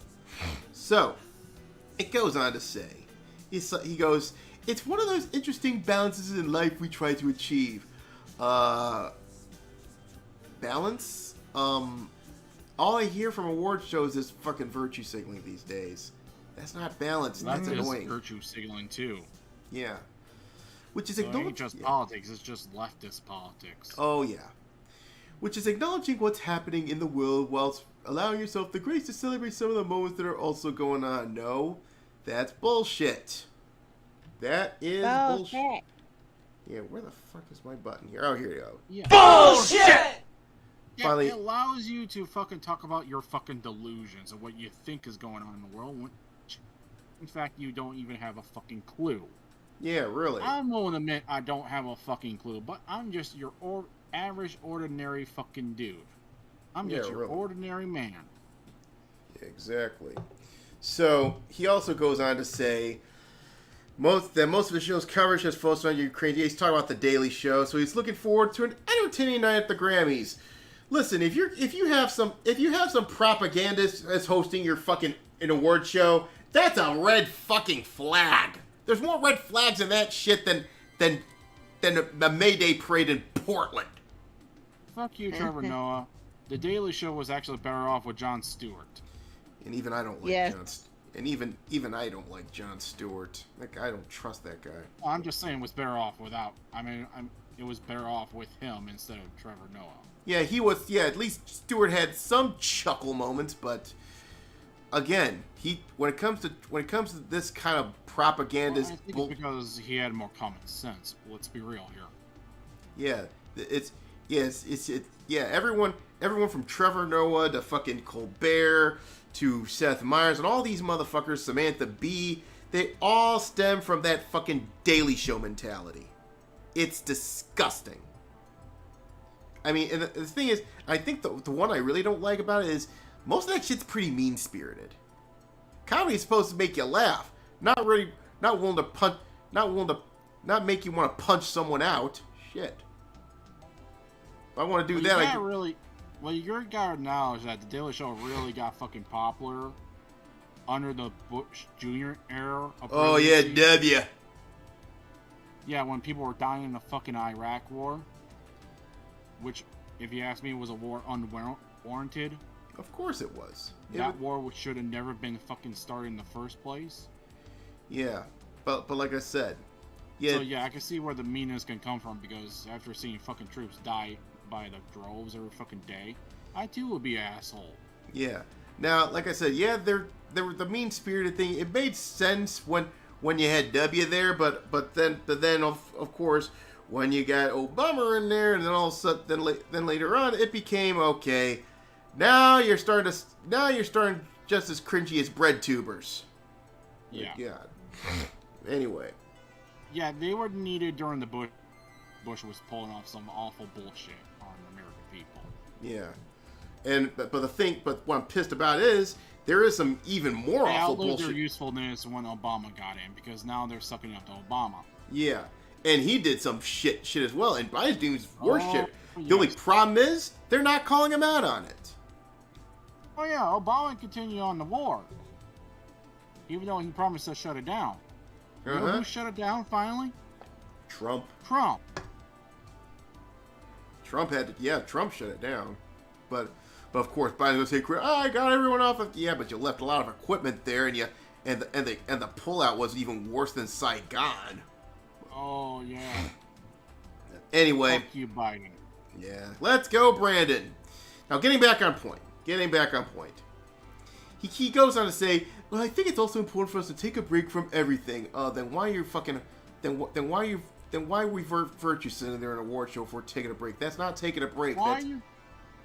Yeah, that's not taking a break. You're fucking converting a award show, which should be all about the music, into a more political spiel shit. Yeah, if I want to watch that, I watch Tucker. A lot of people have some escapism, okay? Yeah, that's like having Tucker Carlson host the fucking Country Music Awards. And I like Tucker. Boy. I like Tucker too, but holy shit, that would be a bad idea. Yeah, don't have Tucker host your award show. If you're gonna have someone like him, at least have Gutfield there. At least Gutfield's funny. Hey, aren't the country music industry going blue, as in Democrat lately? I don't know. I don't listen to country music. But anyway. That's why I'm asking. Because I don't know country music either. Yeah, so last year the Grammys had a music festival vibe with parts of the show being held outdoors and because of pre-tape purses, blah da da da da. They're gonna do a hybrid model at the MGM Grand, and of course he talks about, I think the live element does bring an energy you do for still sacrificing that intimacy, but it's nice to have fans. I'm gonna press X on that one. I mean, what fans? Yeah, the kind of fans that I'd probably see in an American Idol taping. Okay? But, so apparently, he basically goes on about talking about all this flowery bullshit and all this stuff, but there is one thing there is another thing that's happened with the Grammys, but I didn't put it on the docket, but it seems Kanye is banned from the Grammys this year because of some bullshit. Yeah, I think Kanye got honest one time, and they're like, "Fuck you, Kanye." Yeah, Kanye is in the doghouse of these scumbags, and you know what? Considering how things are going, that's not a bad place to be at right now. At least now you can. Yeah. At least Kanye can fucking say, "Hey, I'm not part of this fucking shit. They kicked me out." Yeah, and to be honest with you, Kanye's starting to sound a lot better as of late. I think they're still pissed at him because he actually met with Trump. Yeah, I think he was the only one. No, he did kind of backstab Trump eventually, but No, he didn't. No, he didn't backstab. I don't think he backstabbed Trump. He backstabbed Owens, and rightly so, because Candace Owens, yeah. I mean, yeah, she has some good points, but Candace Owens, let's just say, she can get a little too self-righteous for her own good. She's basically I don't trust Candace Owens as far as I could throw a rock, because basically she is the one that started up a business that allows people to. Okay, you know about Yelp and how they do like. I remember that. I remember the social autopsy. Yeah. That's where she first got off. She tried to throw him with some wokies, including, I believe, Blowy, and it backfired hard on her. It got to the point where she ended up going on the kill stream. That was her first, because I remember this because that was her first time I've heard of Candace Owens, when she was on the kill stream. That's a poor place to be. Well, this was at the time where the kill stream was riding high, and by the way, if Ethan Ralph is watching, congratulations on your newborn daughter. Like, really it's really Congrats on that. Yeah, I know a lot of people aren't happy with Ethan Ralph these days, but you know what? Me, I'm when it comes to that whole situation, I'm neutral about this, but like I said, today I like to be. I'm neutral about it too. I'm just taking the 6 Hexen Hammers route and basically just being, I'm gonna keep my distance from it. Yeah, well, but other than that, congratulations on your new daughter, and I wish you and Stan and Trad all the best. Yeah, but I'm basically gonna keep my distance away from the kill screen shit because basically I learned from Stick Hexenhammer, who's the only one that came out shining like a beacon of light and truth because, well, that debate that was supposed to be between him and who is it? I don't know. It's either it's probably Fuentes, was it? No, it was Rick Spencer. Oh, that glowy. Ugh. The glowy.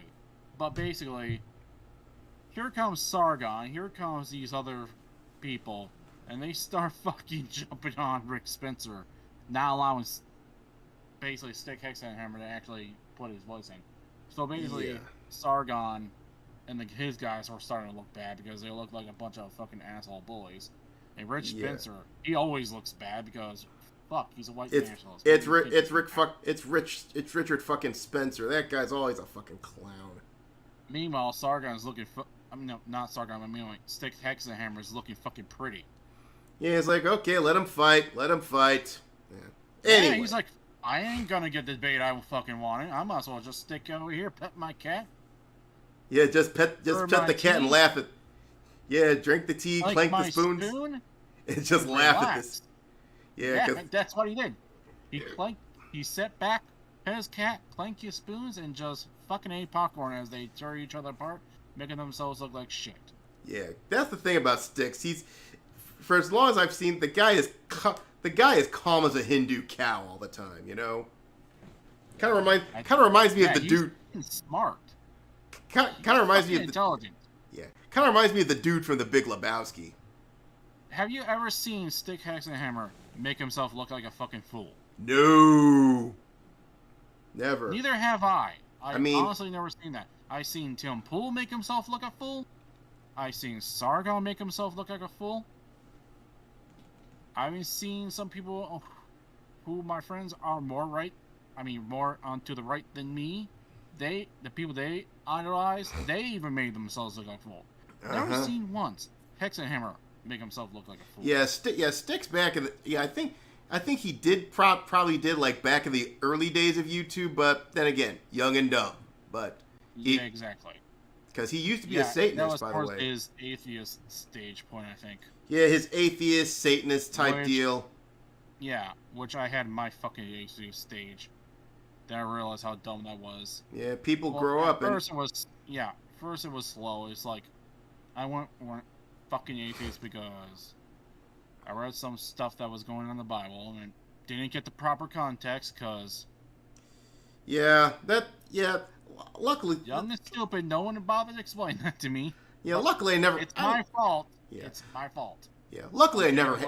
I'm taking the L for that one. Yeah, luckily I never. Yeah. But anyway, luckily I never had that stage. Yeah, I went from atheist to fucking full theist. Yeah, when it comes to religion, I really don't give a fuck. But when it comes to spirituality, it's a necessity. But yeah, like anyway, I fully accepted the Holy Spirit, Jesus Christ, and Yahweh. Yeah, but getting back on point here, I will say this right now. Just don't watch this shit. And when it comes to Kanye, yeah, trust me, you're better off without these with not going to the Grammys. Oh, I think he knows. Yeah, especially since his ex-wife might be there. Why the hell would you leave Kanye for a cringy motherfucker like Pete Davidson? Dude, she literally gets money by having people look at her ass. I don't think she's got much intelligence up there. Yeah, good point. Even Paris I saw her on a Ellen show and I was like, oh my god, how dumb can you be? Yeah, shit. At least Paris Hilton acts dumb. Dude, Paris Hilton actually showed up in the Grand Tour one time and actually raced a car. She lost the race, but she did a pretty good job at it. Yeah, but like I said, Paris. Even this was her first time trying, so Yeah, at least Paris Hilton. Yeah, I think she is pretty. She's more smarter than she lets on. It's just she plays dumb as a shtick. well, she knows what entertains the people. Yeah, but anyway, moving on. And if you know, she stayed off the sex part. Oh yeah, that sex tape. Yeah, that was a bad idea. Yeah. At least Well, I said she stayed away from that for a while. Yeah. I think it was after she got herself into trouble with the law. That's like, okay, I'm not doing this shit no more. Anyway. Pretty much.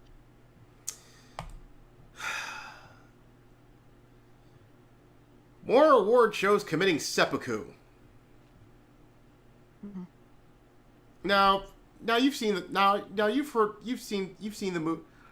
That new version of West Side Story. Sorry, I stay the fuck away from it. I still prefer the Natalie Wood version of the 1960s. Yeah, I actually did too, but my mom and dad I got a dumb said question, it wasn't because that bad. So. when I read this topic, it didn't make sense to me.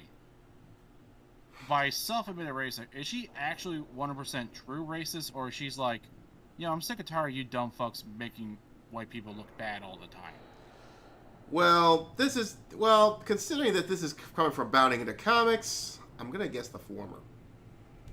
So a new report basically saying they invited Rachel Zegler to be presenter for the award show.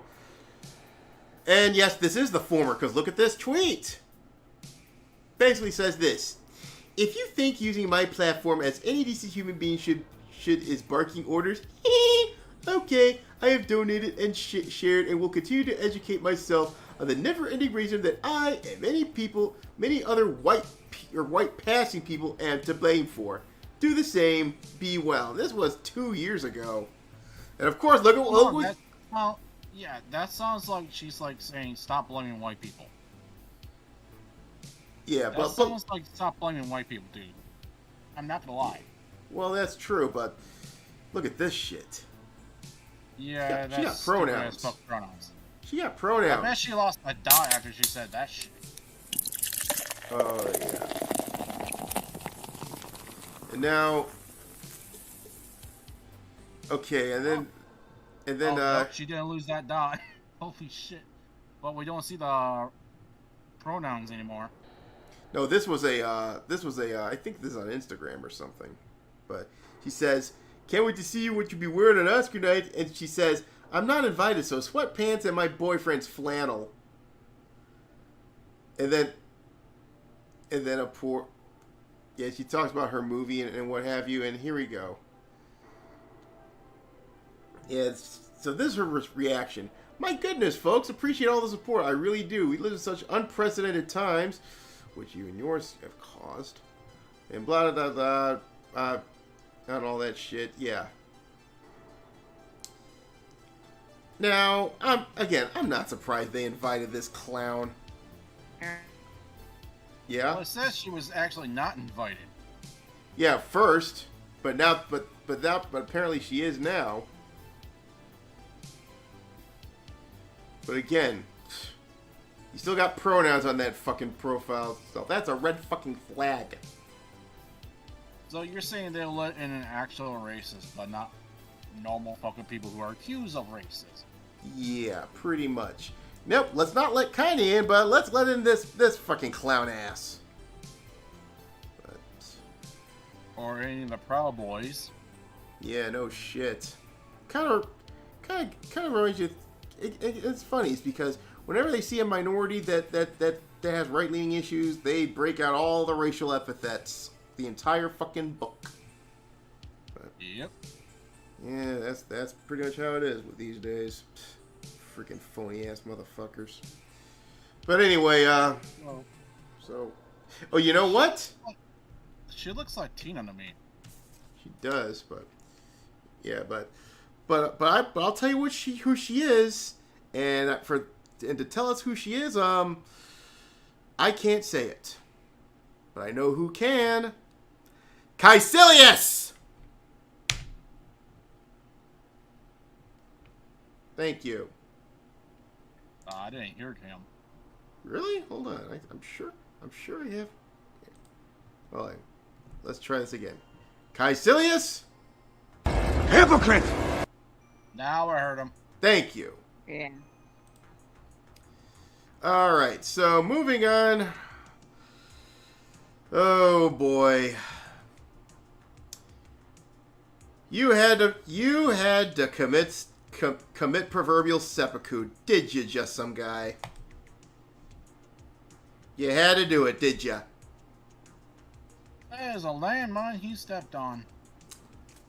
He stepped on a plasma mine. Well, so apparently, just some groomer claims that Americans accepted institutionalized child sexual grooming when they began accepting Christ as their Lord and Savior. Fucking drink! And press B. Yeah. Bullshit.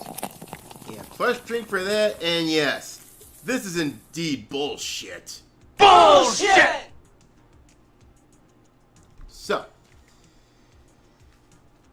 So when you respond to a don't be question, blaming shit on Christians for what a few corrupt priests have done. yeah.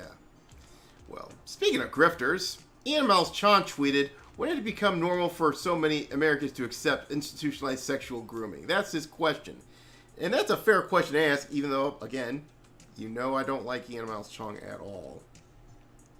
But his response is, "When they began accepting Christ as their Lord and Savior." And oh boy, it blew up when Ron DeSantis' press secretary caught on that.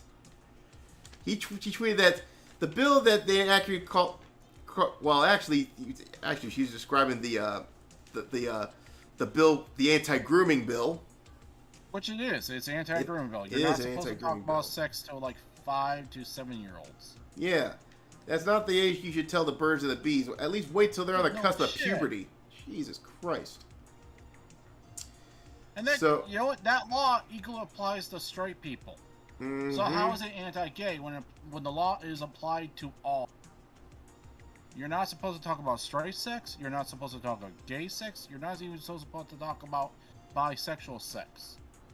Or any form of sex. Yeah, really. It applies to all. Uh-huh. Now... It's not the anti-gay bill, it's the anti-grooming bill. Yeah. So, because a lot of those teachers and the teachers unions are getting fucking buck-ass nasty with the kids. Yeah, you've seen some of their TikToks. It needs to stop. I've seen the TikToks. It's time to stop! Anyway. So, one person commented on his YouTube. He basically says this: "I'm a huge fan of Just Some Groomers content, but yeah, I'm with the comment section here. Anyone who says the parental rights bill is somehow homophobic is either A, a pedophile, B, an activist who is sorely out of touch with reality, C, misled by said pedos and activists intentionally representing the bill. I'm assuming he Just Some Groomers in this category. The bill simply says that teachers can't teach children under the age of 9 about sex of any kind, gay or straight," which is accurate. "And that the parents should always be allowed to know what their kids are learning in school," which is a good idea, considering how a lot of this, how we went away from reading, writing, and arithmetic. But no kidding. Yeah. And did you hear about the recent one that the Florida governor had done recently? He's putting back financial literacy back. Oh yeah, I've heard about that, and that gives a big thumbs up to me. It'll give, it'll be even better if part of that course is talking about student loans. Oh, yeah. I hope so. Talk about that course needs to cover student. Yeah, of course they're gonna fucking talk. They should be talking about a whole lot about a thing called debt. Yeah. And how you need to pay it off. Yeah, and how you should actually try to avoid debt. Yeah. Basically, if you educate... Yeah, like I said, I hope that course covers student loans, because if if you teach them from that point on, then it's like, then when it comes to, hey, you want a student, you want to take out a loan to get your degree? I'm like, I'll pass, thank you. And then they won't be debt slaves like, sadly, I am. You know what I mean? Yeah, I dodged that bullet. Yeah, I didn't, sadly, but it goes on that the reason this is a good idea because children are insatiably curious by nature. It's how they learn. Yeah, we call it being precocious. Case in point, I was babysitting once and I told the 4-year-old not to touch the power outlet because it was dangerous. He immediately tried to touch the power outlet because he wanted to find out how and why is it dangerous. If you start teaching 5-year-olds about sex and transitioning, most of them will probably, well, it cuts off right there. But Quarter Black Garrett basically said, was this the worst example you found? Seems like a mild rebuttal and explanation. It is. Here's his response. Accusing someone of being a pedo or craftivist for opposing an anti-gay bill is a, quote, mild rebuttal and explanation. I'll keep that in mind the next time someone calls the right white supremacist. Hey, just some guy. Did you fucking read the fucking thing? Because he literally says it's anti-grooming bill. It applies to all. I gotta ask you, buddy. Did you read the comment? Oh my god. This guy's an idiot. And then Cecil says why some people would see an anti-grooming bill as an anti-gay is actually quite telling what they think of gay people. But of course, he's got to have another dumb take. Why some people would see mentioning gay people to kids as grooming is actually quite telling what they think of gay people. Oh, bull fucking shit. Bullshit! Some people see mentioning gay people. Just what is this guy's problem? Oh. Just what is this guy's fucking problem? I mean, Cecil made a better argument. Yeah, no shit. Hold on. Cecil literally points out, if you think the anti-grooming bill is the anti-gay bill, it says a lot about you. Mm-hmm. It does. Yeah, that's a you problem, not a Florida problem. I mean, do these dumb fucks actually think they're just gonna have straight people gonna have free reign talk about straight sex all the time to these little fucking kids? No, they don't. No, that's still not allowed. Under the law of this bill, that shit is still not allowed. Because it applies to all. Yes, gay, indeed. straight, bi, or whatever. It applies to all. Yeah. Now, there is a tweet thread that I want to share in relation to that because and this comes care of Uncle Ethan. Now, that's not what we're going to pay attention to because in response to that, there's a GIF right there.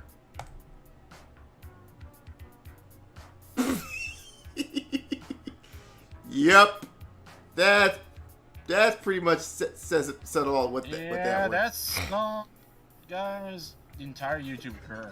Yep, you are done, buddy. He is done. He is so fucking done. Yeah, but what I want to concentrate on is this, okay? First off, I responded to that basically saying, starting to think that just some NPC might be into some illicit shit if he's defending this grooming shit harder than Vito. But someone did put a nice made a pretty decent analysis here. He says he could have got molested and Stockholm Syndrome now has him identifying with his abusers.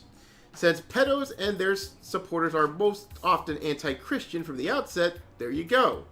More school teachers than priests diddle kids. Just some groomer never mentions them.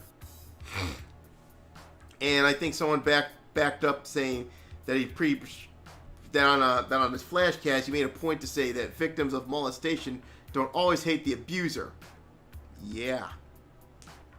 That is a very sound theory by Norm Leonard. So. So you're saying he probably got George Takei? Yep, he might have George Takei. He might be participating in the George Takei challenge when it comes to that shit. Still not smart. Yeah, which But explains. if that's the case, I still have some sympathy for the guy because that is not a fate. That's fucked up. Yeah, that is fucked up. In fact, what it does do is, it actually proves the point how awful grooming can be. Because if you're groomed into thinking this, then later in life you'll be doing the same. You'll probably be doing the same damn thing and says, "Oh, it's all fine and dandy."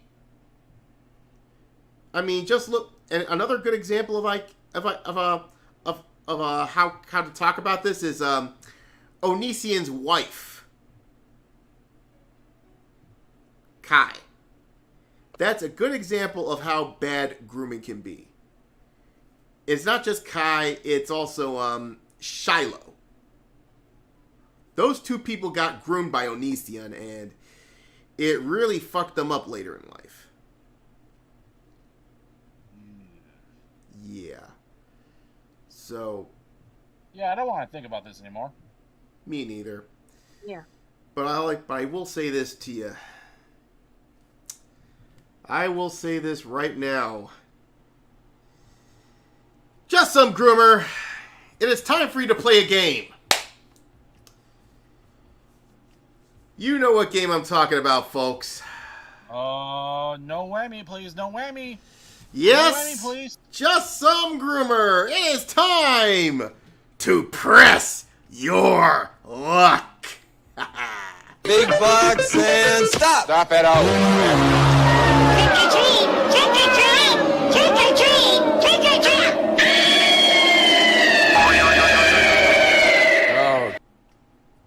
Oh. Ooh. That's your fourth whammy, by the way. Bye-bye. And no parting gifts. No consolation prizes. You lost. You ain't getting your rice-a-roni. Just get the hell out of here. Anyway. Or other 3 times.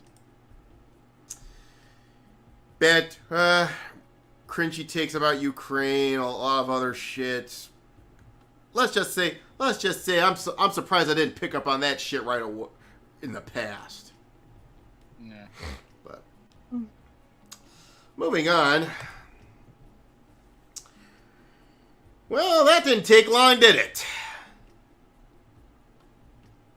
Oh, they're just moving on to the Disney studios? That's gonna be fucking awful. Well, it seems like they're thinking about recasting Bullseye and Elektra for the next season of Daredevil. I take it they couldn't get the original actors. No, I don't know what's going on. But if this is a studio call, then there's already red flags. Yeah. Oh yeah. So it's pretty much a given that Charlie Cox will be back as Daredevil, and Vincent D'Onofrio will be back as Kingpin. Especially since Kingpin did show up on the Hawkeye series. Mm-hmm. It seems like they're bringing all the street heroes back. So expect Jessica Jones, Luke Cage to be back. Punisher and Iron Fist will also be back. Seasons were pretty good. It's just a lot of their series was pretty good, except I didn't watch I think the second season of Jessica Jones because I thought it was a little too cringy. Oh, was she like a psychic? No, Jessica Jones apparently Jessica Jones is basically a detective with like super strength basically. She basically can lift cars and beat. It's pretty. That show is pretty weird. But the first season I really liked. The other seasons. Oh, so the Purple Man was a psychic because he was doing all that. Yeah, Kilgrave, which was wonderfully played by David Tennant. And I liked Kilgrave. I did see. I don't know if Jessica Jones had 2 or 3 seasons. If they had a 3 season, I did see the second season, but probably didn't remember it much.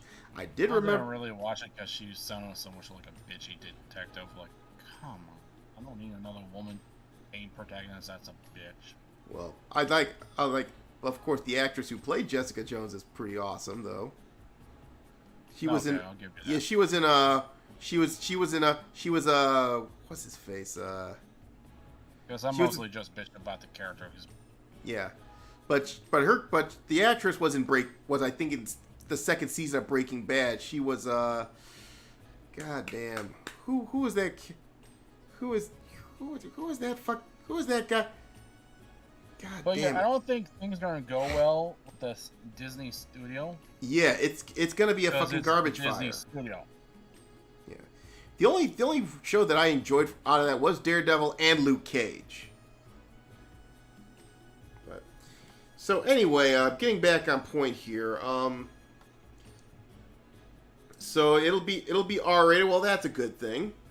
So, and the debut will happen in late 2023, early 2024. So we're a long way off from it. But Yeah. it looks like there's a follow-up scoop. Now, this is only a rumor, by the way. He claimed that Marvel Studios will be recasting Bullseye and Elektra. He basically said, Wilson Bethel wasn't a bad actor, but he certainly didn't look like Bullseye in the comics. Didn't need to be. He didn't need to be. He was very good as Bullseye. If it ain't broke, don't fix it. It's not Daredevil in the movie. Yeah, and that's not his fault. He said Jeff Loeb had aversion to costumes, and it seems still Marvel Studios wants an actor with superior acting abilities. And it seems like Marvel Studios plan to recast Elektra, which is that I find very stupid. Because Elodie you got Young's... the other original actors. Now you're fucking recasting people. That's a bad sign. Yeah, Bullseye, maybe, but recasting Elektra, no. Definitely wasn't she not. like a major character in the Daredevil verse? What was that, Justin? Jennifer Garner played Elektra Well, in the original. Jennifer Garner was serviceable when she played Elektra in both the Daredevil movie and Elektra. But if you've seen the Daredevil series, Elodie Young played Elektra, and I think her performance blew Jennifer Garner out of the water. Oh, Yeah, was okay. Okay, I was. I never saw this. I never saw the series on was it Netflix. WB? It was on Netflix. But Netflix. but go on YouTube sometime and check out Elodie Young's performance as Elektra. It's flawless. Yeah, I was okay. Let me add my point. Then you can continue. Basically, isn't Elektra like a major fucking character in as far as Daredevil goes? Yep. Like, wasn't she basically his former lover who got killed by Bullseye? Well, in that Daredevil movie, he got killed by Bullseye, but Bullseye had nothing. She got killed by Bullseye. She didn't get killed. No, but in this series, she didn't get killed by Bullseye. In fact, I think she was a main villain in the Defenders. Because I think that group, you call it the I forgot what they're called, but they made her, she's like some sort of chosen super being or whatever it is, but I think she supposedly died at the end of the Defenders, but let's just say I think she'll be back. Elektra, for some reason in the comics, she has a very hard time of staying dead. Oh, I'm just saying, in the comics, in the actual comics, she did get killed by Bullseye. Yeah. Now, yeah, I seen her come back in the later comics. But that was her major fucking deal with Daredevil, because she was like his first superhero lover, and she basically got killed by a supervillain. Yeah, so Yeah, but like I said, the point I'm saying is Elektra's got more lives than a cat. So, like I said, I would not be surprised if she comes back, if Elektra as the character comes back. But recasting Elodie Young, bad idea. Very bad idea. That's the point I was trying to make. I mean, you really don't want to do a recast on Elektra. No. You should have done everything you can to fucking have the original actress for that. Yeah, because Elodie Especially Young... when you bring out the original Daredevil. Now, if you were starting, like, new actors and everything, yeah. Makes sense. But... Yes. That's basically... Yeah, but recasting Elektra, you might... If you're going to do that, you might as well recast the Kingpin. Which is really... Shit. This is stupid. But still... It's like, okay, you're bringing out the Netflix Daredevil. The original cast and everything, except for Bullseye and Elektra. Bullseye, you might get away with it, but Elektra? No way. Oh, no. What the fuck are you thinking, dude? Yeah. Well, hopefully they realize this is a bad move and back away from that. But considering how Disney is, you never know. Oh, no. You never know. But anyway, moving on. Now, folks, this is why our motto for the Shogun is Expurga factus delendus est. This is one of the reasons why. Well, loosely translated in Latin, the woke must be destroyed. Oh, okay. That's why I say Expurga factus delendus est. It's Aaron? loosely. What's up? There's something I gotta point out to you, but I'll wait till you get done with this topic. Because you gotta scroll down the comments section. Because, as it turns out, if that commentator is right, it's basically woke killing woke. Yeah, hold on, let me check this out here. Woke It's killing towards woke. the very bottom where the commenters are making their comments. Are you talking about the 40K thing? Yeah, it's still the 40K thing. All right. Down the very bottom. Now, the only one I'm talking now the writer of Space Marine 2 and Gotham Knights. Gotham Knights. What a fucking. Well, yeah, clown this show is that where was. you bring out Cornelius because. Great. So apparently, the writer basically thinks that anyone who plays Hogwarts Legacy is transphobic. So basically, yeah, they turned on Harry Potter. Yeah, and they're using 40K to do this because 40K is well known for their acceptance behavior of everything and everyone. I'm calling B for bullshit, and I'm calling Cornelius to step right in. Yeah. Bullshit! That's bullshit, but, where'd you see the epoxy? I don't... Hold on. Well, think about it. 40K is xenophobic as fuck. Oh, yeah, definitely. Well, if Harry it's so... Potter was basically you fighting against those who are intolerant as fuck. Yeah, so... Yeah, but... So for her to basically say Harry Potter's Before we... transphobic and hateful, that's kind of hypocritical. Yeah, I considering know. You're a 40K writer. Before we drag out... before we bring Caecilius into the equation, let's read some of the tweets. She basically says... Now, this could... Now, he did say that it could be a he, could be a catfish behind this script, but I really don't care if it's a they, them. It really doesn't matter. Most of them are freaking nuts, but... Basically says... If you're going to insist on playing the wizard game, stop bending yourself into a pretzel trying to find a way to explain or justify doing so and have the conviction to say, transphobia is not a deal breaker for me. Again, you're writing for an IP that lives and dies by xenophobia. So yeah, Caecilius, what you got to say about this shit? Hypocrite! Thank you. She goes on. For anyone that thinks they're clever for mentioning that I own an iPhone, capitalism kindly backs us into a corner and forces us to choose between its various bad options. But unlike me, needing a smartphone for some kind of work, no one needs a certain piece of entertainment. Again, you're being freaking hypocritical. This is Starbucks Marxism again. Once again, you're full of shit. Bullshit!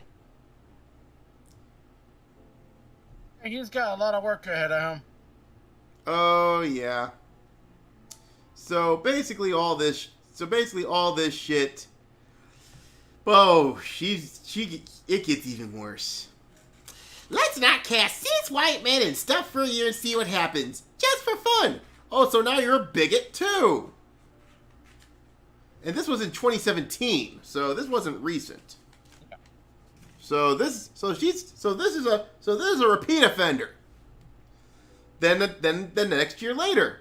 Sorry, cishet white dudes. Comics don't belong to you. Comics never belong to you. Oh, really?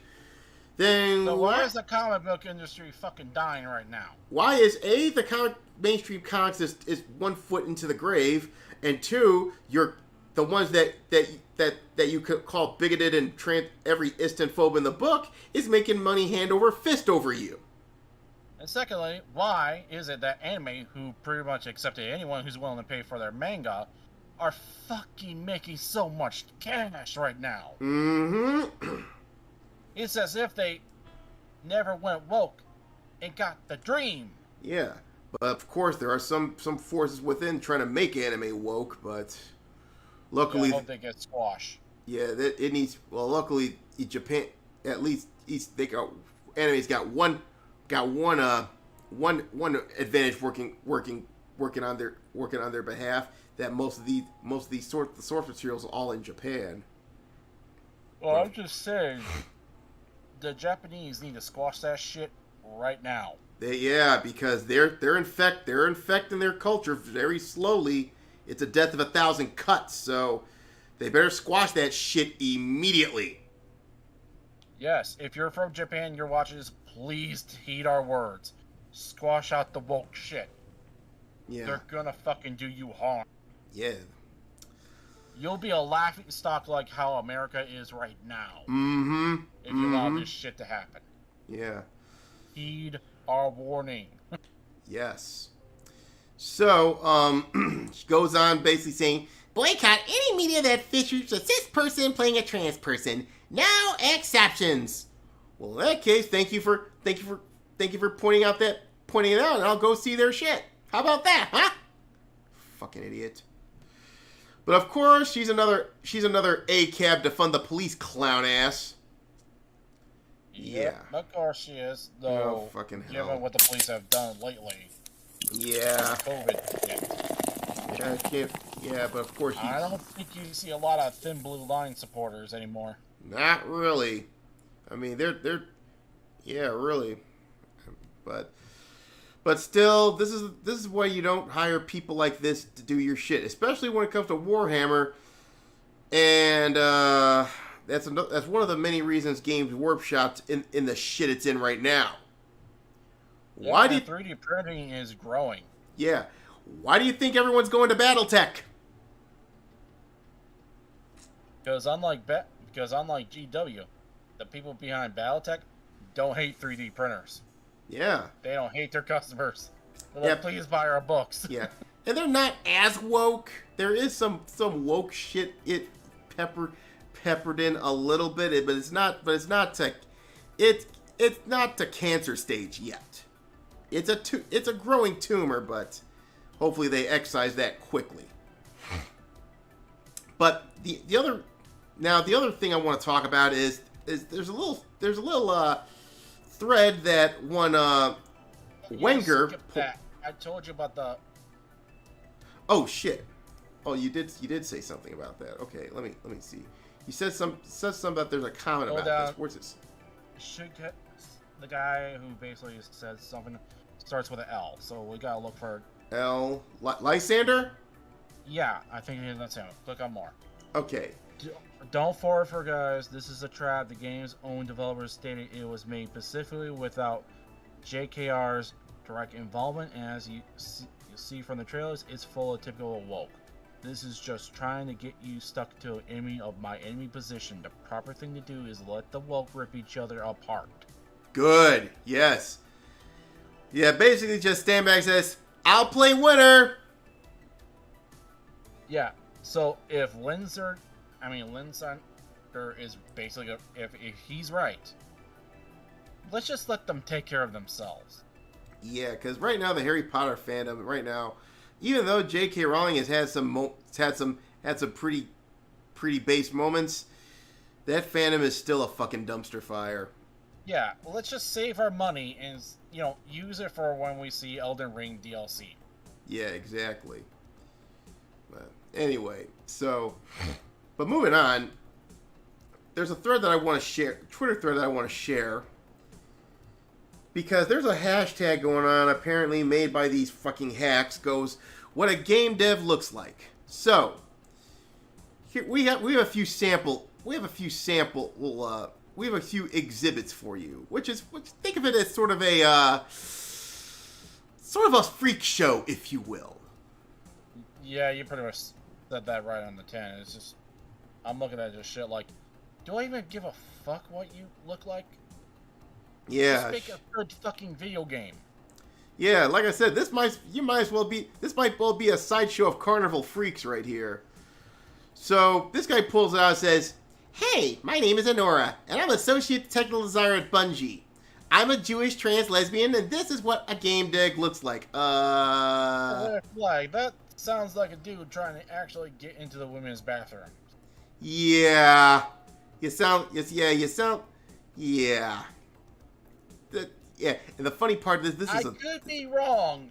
This is one of the tame ones. But this is where I like to be wrong instead of being completely right. Mm-hmm. Yeah. Sounds. Yeah. Yeah. Then you got the arms folded absolutely right. There's gonna be unhappy stories that goes on with that lady's bathroom. I mean, that women's bathroom. Yeah. Yeah. Leah Thomas, anybody? Fucking cheat. But anyway. But if you have to talk about your freaking check boxes instead of how good you are, then by definition you're a hack. Okay? So into the trash you go. Yeah, if you have to make this fucking presentation, that basically tells me you're a shitty developer. Yeah. And you're trying a virtue signal to make yourself sound like something worth a damn, even though by meritocracy alone, by natural talent, skill, and everything, you shouldn't even have the job you have. You only got it because you're basically a token character. Yeah, you're a diversity hire. But it gets even better. If I was a minority and I was told I was fucking diversity hire, I would feel fucking awful and probably quit my job. Yeah. But we have another one here. Hey folks! Oh yeah, use the X instead of the usual FOLKS spelling. So drink for that. Why do they fucking love the letter X so damn much? Because their brains crossed. So look, so says, "I'm Asia, they them. I'm a portfolio and project specialist on the DE&I team on the PlayStation. This is getting over my imposter syndrome. What a game dev looks like." You don't have imposter syndrome because you are an imposter. Oh god, we got the picture right here too. Look at this! Look at this! Dean, I got a question for you. What? When you look at her face, what do you feel? Grossed out? Yeah. I was gonna say that's a very punchable face. Let's take a look at this. Let's see the list. Look at this. You got the stuff the annoying side shave. This is like super side shave. This shit She's got that smug smile. Yeah. You got that, the nose ring, problem glasses, drink. Yeah. Paperclip earrings. Ugh. And she's got the rainbow shit on her. She got the rainbow pins and all that shit, and the stupid scarf that probably cost you like $3,000. All she's missing is a Ukraine fucking map. Yeah, all she's missing is a face mask and a Ukraine flag. It's something involving the Ukraine flag. Yep, and then she finally be the fucking symbol of I support the current thing. I support the current thing, exactly. Well, and of course, her pure skin pigmentation's got to be gray, but that's not physically impossible, of course, unless It's the closest a human being can ever get. Yeah. That's dead, and yeah, you can tell those eyes are dead inside. Oh, they are. She went to yeah. college and got fucking lobotomy. Oh yeah. Figuratively speaking, not literally, but figuratively speaking, she got lobotomy and had her brain swollen. Yeah. Basically, they pump in their fucking indoctrination bullshit. Yeah. You remember that? Now, Justine, Justine Snow, you remember that? You remember those anti-drug PSAs? You know the one, right? That's what happened to her brain. It basically took a walk and fell into a fucking meat grinder. Oh yes. All right. Well, I got more though. Take a look at this. Hi, I'm Amber Now that Lee. is... Yeah, what's Oh, up? I thought she was wearing a face mask. Nah, Why that's is not she face. flipping people off? Well, she says, I'm Amber Lee. The Lee is not optional, so basically you have to say the whole thing. I'm the project coordinator and occasionally writer at Sweet Baby Incorporated. Okay, I'll be sure not to buy from them. This is what a game dev looks like. Fuck anyone else who thinks otherwise. Well, fuck you back, you fucking hack. Because Why are you look, fucking flipping people off. because number Why? one, here he is. You got the smug look. You got the problem glasses. You got the freaking the dime store haircut. Yeah, you're the type of person I probably laugh at. If I'm in a depressed mood, I just look at you and I'll be good for the whole day. Jesus Christ. Fucking why? Why are you flipping off people? Well, that shows how much of a dumpster fire her personality is. Pretty much. This is like a negative charisma modifier. Yeah, really. Which you don't want a negative on anything on D&D stat. If No. your modifier is a negative, that means you suck with that certain ability. Don't use that ability. Exactly. Let someone else with a... There's a reason in the Ronin game I let the assassin basically fucking do the awareness checks, because her awareness is like a fucking 8, and everyone else was like, at best, a 3 or 2s. Yeah. So I'm like, guys, just let her fucking search everything. I want to search. No, you don't have the fucking ability to do so. And the last one we got for you is, well, this one seems tame, but I'm sure her mind isn't. Hi, I'm Kat. I'm a non-binary film and 3D environmental artist. I'm currently at Night School Studios and worked with Deck 9 Games and BioWare in the past. Worked for the Continuing Folly, huh? Missing all my pals at GDC. Well, that's another red flag. And I'll see y'all someday what a game dev looks like. Well, as much as that bad, as much as those red flags, like, I'm saying she's doing better than the other fucking woman that we just seen, because at least she's giving a peace sign. Yeah, but the problem And here she's is kind of giving a smile that isn't a fucking smug. yeah, but here's the problem. She's probably in San Francisco. Yeah, I'm not saying she's perfectly sound of mind. I'm saying at least this picture is better than the last picture I seen. Yeah, really. Or the last Flipping me two. off. The last two, oh, yeah, the last two were just nuts. But still, This one's actually fairly nice. yeah. Yes, Yeah. we're actually giving SJW a compliment here. Yeah, this is broken clock syndrome on our part here. But I will say this though. Now, will we hire her? No. Nope.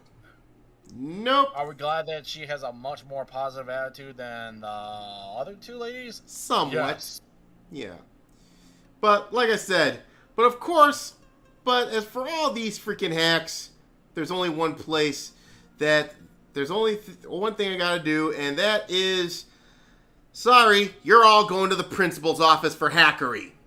Now take your ass on down to Oshag Hennessy's office right now and tell him exactly what you did. Who? Oshag Hennessy! Principal O'Shaughnessy? Get out of my goddamn classroom before I break my foot off in your ass! Insubordinate and churlish. Alright, so, with that said, yes, it is now time for the main event of the evening. Oh yes, Cut Hogan, play us in.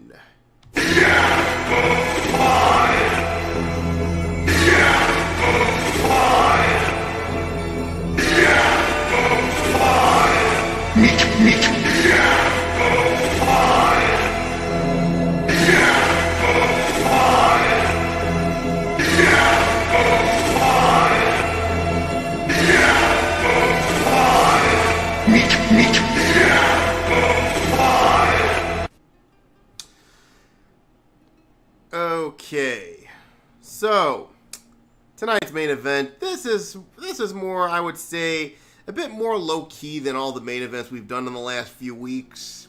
We've been covering the problems at Rodent Inc., Failamation, and all these places. But tonight we figured it's time for more change.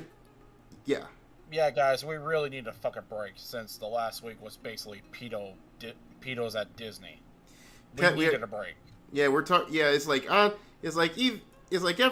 every other week. Our main event has something to do with pedophiles and freaking scumbags defending pedophiles, whether it be Failamation or Rodent Incorporated.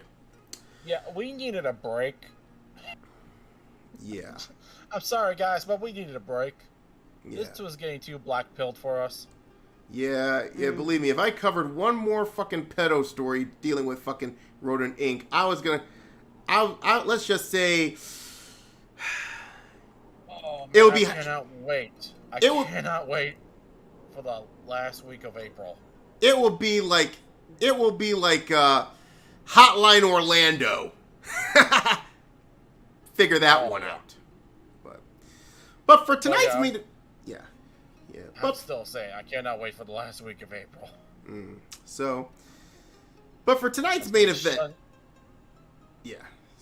But for tonight's main event, we figured, let's do a little change of pace because this centers around something I would say I don't know much about when it comes to, because it does with the English VTuber community, which it's a freaking dumpster fire in and of itself. Okay.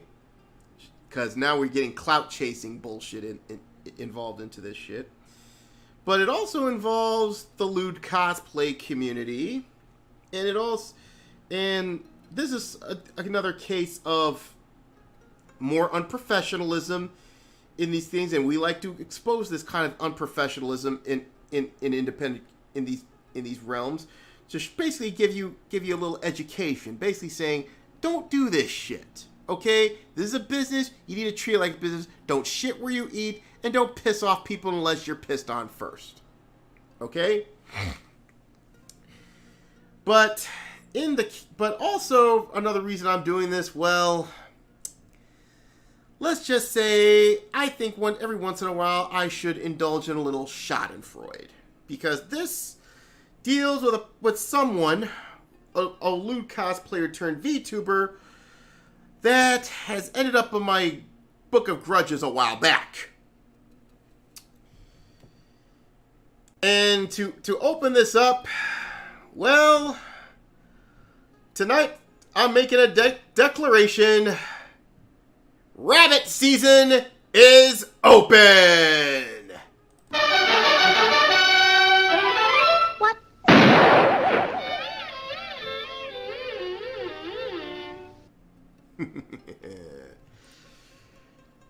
Bunny Ayumi, I have a question for you. How can you be so damn sweet in public, and you're such a deranged bitch behind closed doors? Because let me tell you this. Say what you will about Momo-kun. You know she's goofier than a pet coon. You know she's nasty even out in the open. killer body, but she's a nut. Bunny Ayumi, in this case, well, she manages to hide that shit well in public, but according to a few things that have come out in the last week, it turns out the sweet little bunny, the whole thing was a fucking shtick.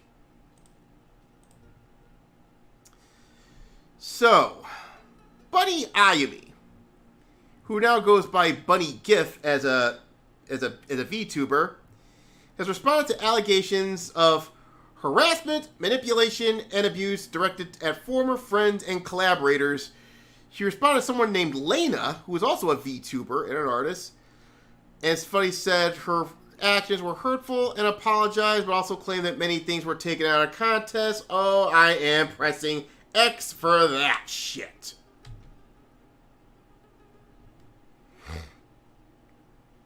So, it all started with this.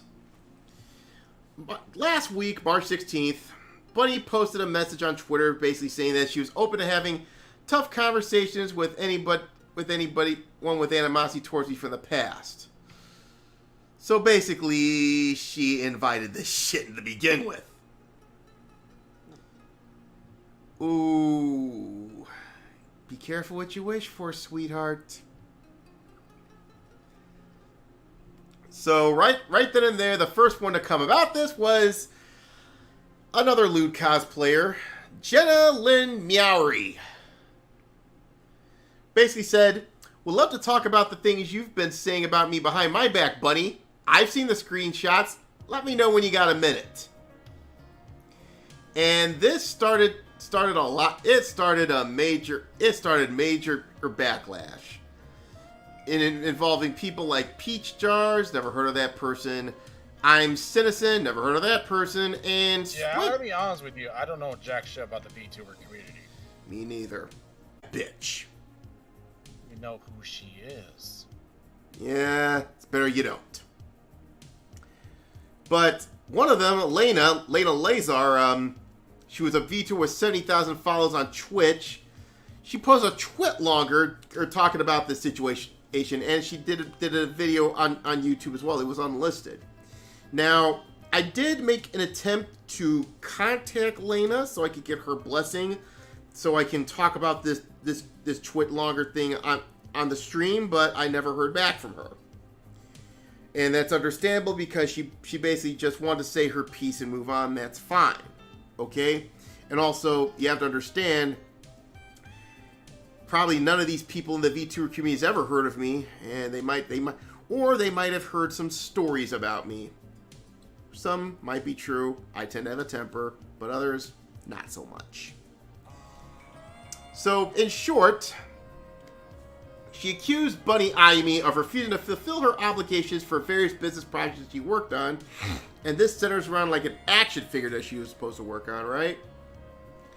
And then after that whole thing fell through, Bunny was talking some stories about Lena, and was doing a lot of character assassination. And apparently this is not the only person that Bunny Ayumi has been doing this to. Apparently she stabbed Swimsuit Harridan in the back. I guess there's no honor among Harridans now, is there? She's also talked some bullshit about Jenna Lynn Meowry, talked some shit about Miss Warm J, who I follow, and I like Warm J. I think I did have an interaction with her recently about NFTs, and she said, "I'll take that as a compliment." Oh, but from what I've heard, she's such a sweetheart. Also, Juliet Michelle, aka Bishojo Mom, basically slamming Bunny Ayumi's comments about her, claiming that she stole Bunny Ayumi's cowboy shtick, which how can you copyright a fucking cowboy shtick? It's a commonly used, and considering the fact that Juliet Michelle's from Texas, really. But basically, But basically, that was the first of many people that started to talk about the whole situation. Swimsuit Harridan did post a response about this, and I think they were pretty close for a while around the time that both of these clowns blocked me. Because here's what she said: I silently endured being emotionally abused by Bunny for years. This is why I have ceased speaking to her for over a year. A lot of what happened to me is similar to the public stories shared. I'm sorry I didn't listen to those who tried to help me all those years and that my choices at the time hurt others. I'm saying that something now because I hope my voice will reach out to those who have spoken out to or wish to. I like to keep the details of what happened to me and details about Bunny private, which that's fine. But I believe there's a chance for her to become a better person and will respect her privacy. I won't share any more than this, taking time off. Which I think that's the right decision right there. Don't spill the beans on this shit. Now, I know what some of you are all thinking. Why, if Lane is making all these accusations, where's the receipts? Now, if I had her blessing to share the twit longer, it turns out there was some receipts. So this is why I'm inclined to believe her and not saying, okay, this is another character assassination in cancel culture. But if there's receipts involved, then yes, then I have no reason to doubt that. Okay? Yeah, I see basically the receipts too. Yeah. She did some fucking unspeakable shit, talking behind people's back and shit. So basically, she was basically Crouch. Yeah, she was. No, basically, she was being a backbiting bitch. I mean, you know the type of people. You remember that in Living Color sketch where you had She was Two-Faced. Yeah, where you had she's saying, hey, how you doing, girl? How you doing? Then all of a sudden she starts talking shit about them. It's like, and it always ends saying, I ain't the one to gossip, so you didn't hear that from me. So basically, old Bunny's was being two-faced. Yeah. They So two-faced bitches. Mm-hmm. Which makes me glad I voted the whole VTuber community. Okay. So dodge a bullet. Now Bunny Ayumi did respond to all these allegations, and this was 12 hours after the post. She shared a response on Twitter, but again, I blocked her. I have no reason to even associate myself with that Harridan, but of course she blocked me in the past, so I really don't give a fuck. But she addressed the claims that she was toxic to other women in the cosplay streaming community, and she said, I admit that I was sassy and abrasive. Well, that's putting it lightly there, sweetheart. And regarding her relationship with Swimsuit Harridan, she says that they were in a consenting, open poly relationship, which I'm not going to doubt that. Around the time that both of them blocked me, this was confirmed. But she would not go into further details about that. So basically, they're not going to sling mud at each other, which is fine. But in summary, she says, I know what I've done wrong. I'm not perfect. I've grown from not only this event, but past events as well. I'm still open to talk to anyone who I have caused issues with. But on that note, the kid continues, many things were taken out of context. I only offer this side to give anyone that was invested a chance to see the other side of the story. But for all of that, I'm calling it flat out bullshit. Bullshit! And I'm going to tell you why it's bullshit. Because I saw Gentleman Miauri's, he's a Twitter thread about this shit, right? She offered a chance for Bunny Ayumi to come clean. And you know what she did? Take a wild guess there. She became more Two-Face? She blocked. She stick her dogs at her? She blocked him. She blocked her. And this was on Discord, I believe. I think she blocked her. So that pretty much shows you Nah, she's sorry she got caught.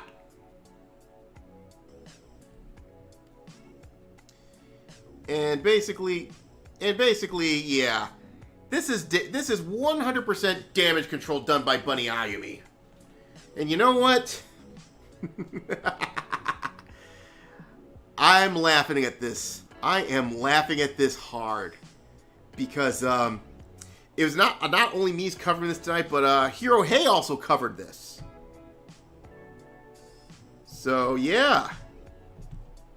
I think, and he also covered like 2 stories involving that, and I'll cover the second story in a bit.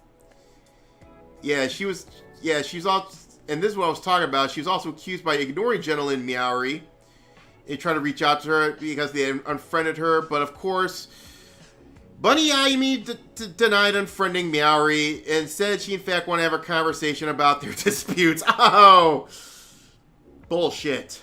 Bullshit! I think the UAV is online at this point. But it's not. It was not only Bunny Ayumi involved in this. Apparently, she had an accomplice. I don't know who this character is, but he's another VTuber, Admiral Baru, was also involved in it, basically saying that he had Baru was pretty much playing simp to Bunny, and had him block everybody, have him come to his face, get him to make, basically trying to get him to cancel her. So, and of course, the response from Baru was, "Bitch, I wasn't forced to do anything. Stop dragging me into your petty squabbles and talk it out like adults, or be childish and continue to subtweet and act all high and mighty." I don't think you want to be talking that shit, especially when I got an article. Especially if there's a lot of shit coming out in this next article. But of course, if Aaron wasn't so respectful and just waiting for permission to actually show it off, you'd probably show it off and you'd be more fucking damned. Oh yeah, I believe me. And this is the thing here in the Shogun. When it comes to personal issues like this, again, like the whole evening situation, I didn't want to share some of this thing without her permission, because I know there's a lot of people in that space that, like I said, they're afraid their shit will get taken out of context or what have you. This is why unless it's someone that's accused of bullshit, I will always ask for blessings before I even talk about this. And yeah, I have seen the Twitlongers. I have watched the video. The evidence is pretty fucking damning, especially to Baru. So, and of course, basically we're saying Baru needs to be taken to the woodshed. Oh yes, and that's exactly what we're going to be doing right now. Because we have an article about this jagoff. Because now he's gonna take a break because now he's about to go into the doghouse too. And he's a dude, so he doesn't get a fucking protection that a woman usually gets. Yeah, she doesn't get the woman protection. No pussy protection from you. Of course, acting like a pussy doesn't count. So Admiral Baru, you in the fucking woodshed. Yes, smacked sir. by belt. Yeah, really. So, yeah, getting a country. Yeah, basically right now, it's gotten so bad he's got to go out there and pick the switch to get whacked with. Pretty much. Getting a country ass beaten. So apparently, he's getting the belt buckle. Yeah. Now, I haven't read any of this shit. This actually washed up on my shore just yesterday. But I don't know who it is. A Twitch streamer named Eric's. He had a twit longer of his own on Baru. Apparently, in a summary, basically says he approached Baru about dealing with issues privately. This was in 2018, but claimed he wouldn't listen to me and gaslit everything I said, which made me silent. So his friend Sam, otherwise known as Strippin, had to expose Baru's lies for him to finally apologize, he said in a twit longer. Until that moment, he was on stream and victimizing himself, despite knowing that what he'd done to Elena. I felt he often uses these opportunities to manipulate the situation. So, yeah. Guy's a fucking sociopath. Pretty much says all I needed to say about the fucking VTuber community. Thank God I don't fuck around with that shit. The thing why they attracted so much psychopaths and sociopaths is they got into money real fucking quick. Yeah. People saw the money flow and they're like, I want in. Money, clout.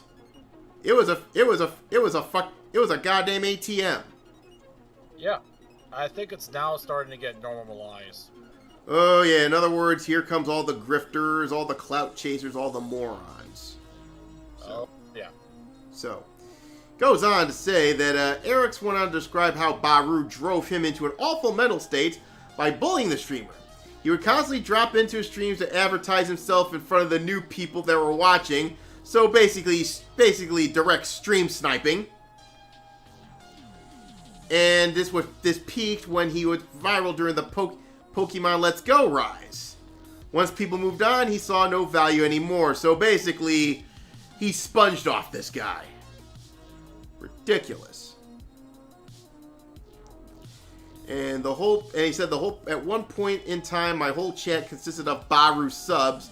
It was if someone copy pasted his chat on top of my Twitch channel page, and I was dominated by his influence, and I just sat there and dealt with it.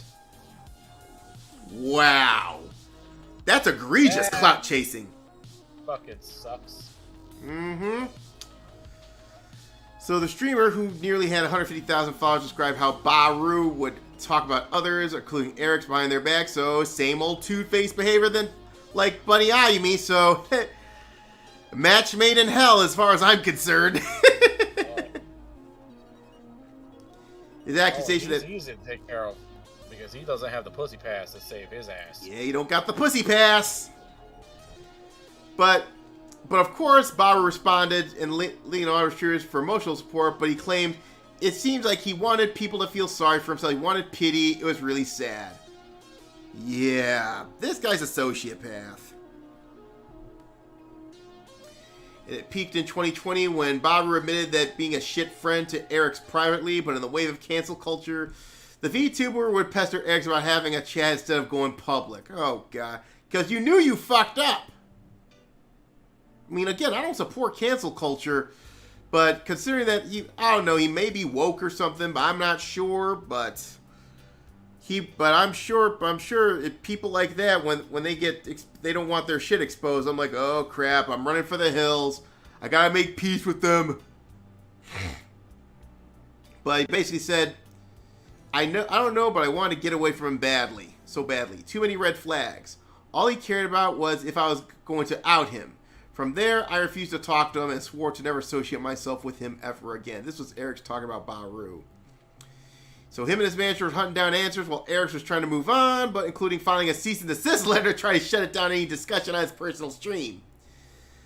Despite him having no grounds to actually take legal action against me, this still shook me to the core.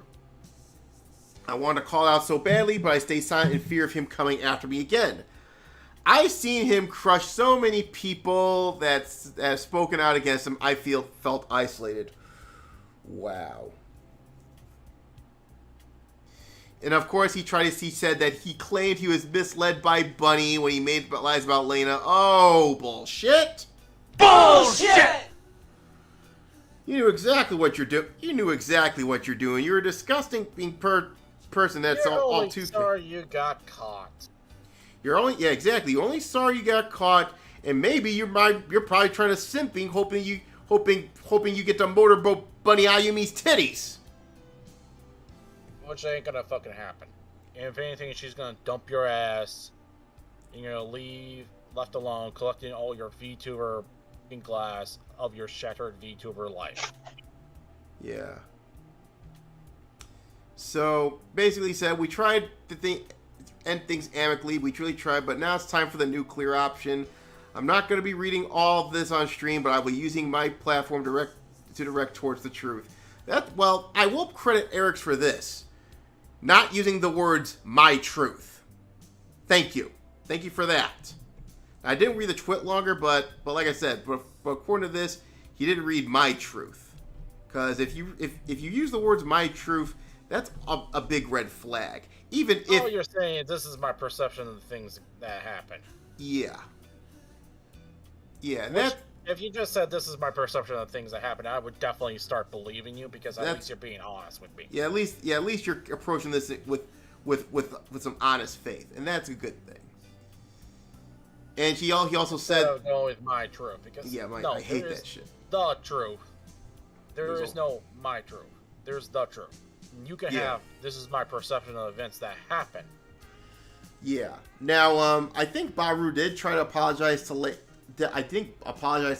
obviously because he got caught, but of course this was proven bullshit because later he called Lena one of the first people to come out with statements against Baru a professional victim, and he said will not be bullied off the internet for approaching other streamers with concerns based on stories told by Bunny.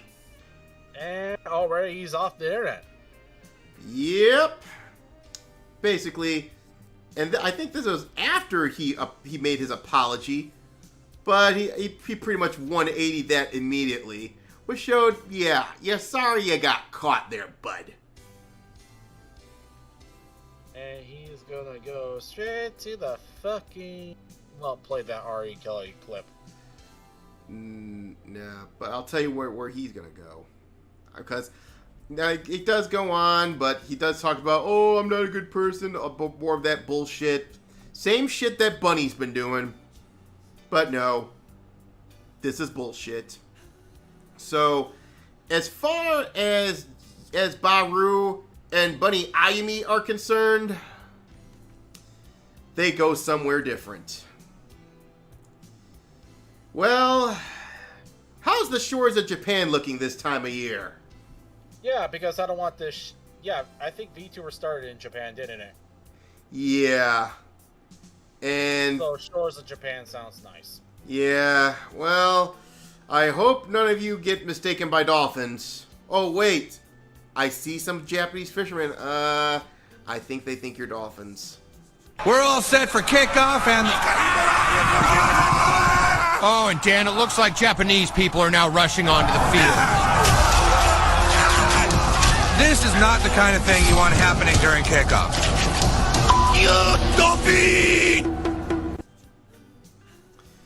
Now, after reading this and all the shit we're talking about, especially when it comes to the Orange Weasel and Vicky and all this shit, what is the lesson for today, kids? Don't be an ass. Be professional. Be professional, especially when you're doing something like that, when you're doing when you're doing content, whether it's VTubing, whether it's doing lewd cosplay, when it's doing when it's writing comics, and everything you do in a professional setting. Do not shit where you eat. Don't do it, people, because it will bite you in the ass. Now, Justine, do you have anything to add about this? No, I believe you're right on the do not shit where you eat. Yeah, do not shit where you eat, and I don't care how hot the woman is. If you're working with a hot lady, no, don't take her. No casting couch bullshit. Don't take her out to dinner unless it's business related, of course. It's got to be business related, 100% business related. And also, if in case you're dealing with someone crazy, well, get someone to play witness, because you never know how it is with people these days. Whenever I say, if you're dealing with anybody, even if it's on a personal basis, record everything and make sure you got a witness, because you might need it for the court case. Yeah. But like I said, you gotta be professional, especially in this day and age, folks, because you'll be dealing with a lot of crazy people, and then you'll be dealing with two-faced people like Bunny Ayumi and Baru. And hopefully they learn from this, but considering how sociopathic they got, I'm sure this is going to go in one ear and out the other. But anyway. And I think on that note, I think we should wrap things up, okay? So next week's stream. We got something very, very special for y'all. It is our end of the month stream, and as we always do at the end of the month streams, we always have something special for you. So this month, the end of March 31st, here's when we open the tent. It'll be, I believe this will be our 30th edition. We are inviting into the tent the Ministry of Otaku. The Ministry of Otaku has, now as you know, the Ministry of Otaku has been, well, it's been a fixture in the con community for years. And he's been pretty vocal about the state of cons right now. It has turned into a vortex of purity spiraling. And we're going to invite him into the tent next week so we can talk about it. What I'm going to do, I'm going to instruct him. We're going to stick to the most egregious offenders here. Because there's a lot, I mean, when it comes to conventions, throw a dart. When it comes to COVIDianism, when it comes to wokeism, purity spiraling, it's out of control in the con community right now. And we're going to have Ministry of Otaku on the stream next week to talk about it. So, and also, please stay tuned to the itch.io about the supplemental. I'm hoping to get this done by this weekend. And with all this said, Justine, thank you for coming on. Thank you for coming on, Snowman, this week. And I thank you all who was watching on stream or on video for joining on the tent here this week. So as usual, if you enjoy this program, then I ask you, please like, please subscribe, please ring the bell, follow, leave comments, like it, spread the word. We're doing great shit here on the tent, and I'm hoping you'll be joining us later because we got a lot of good shit for you, especially come April, because that's when I'm going to start going around streams like the original plan did before the supplemental kicked in, and we're going to be talking a little bit about Rona. But so until we once again set up the tent, God bless you. Take care of yourself, and hey, it's a nasty world we're living in, so please be careful out there. Expurga factus deledus est, Mad Shogun!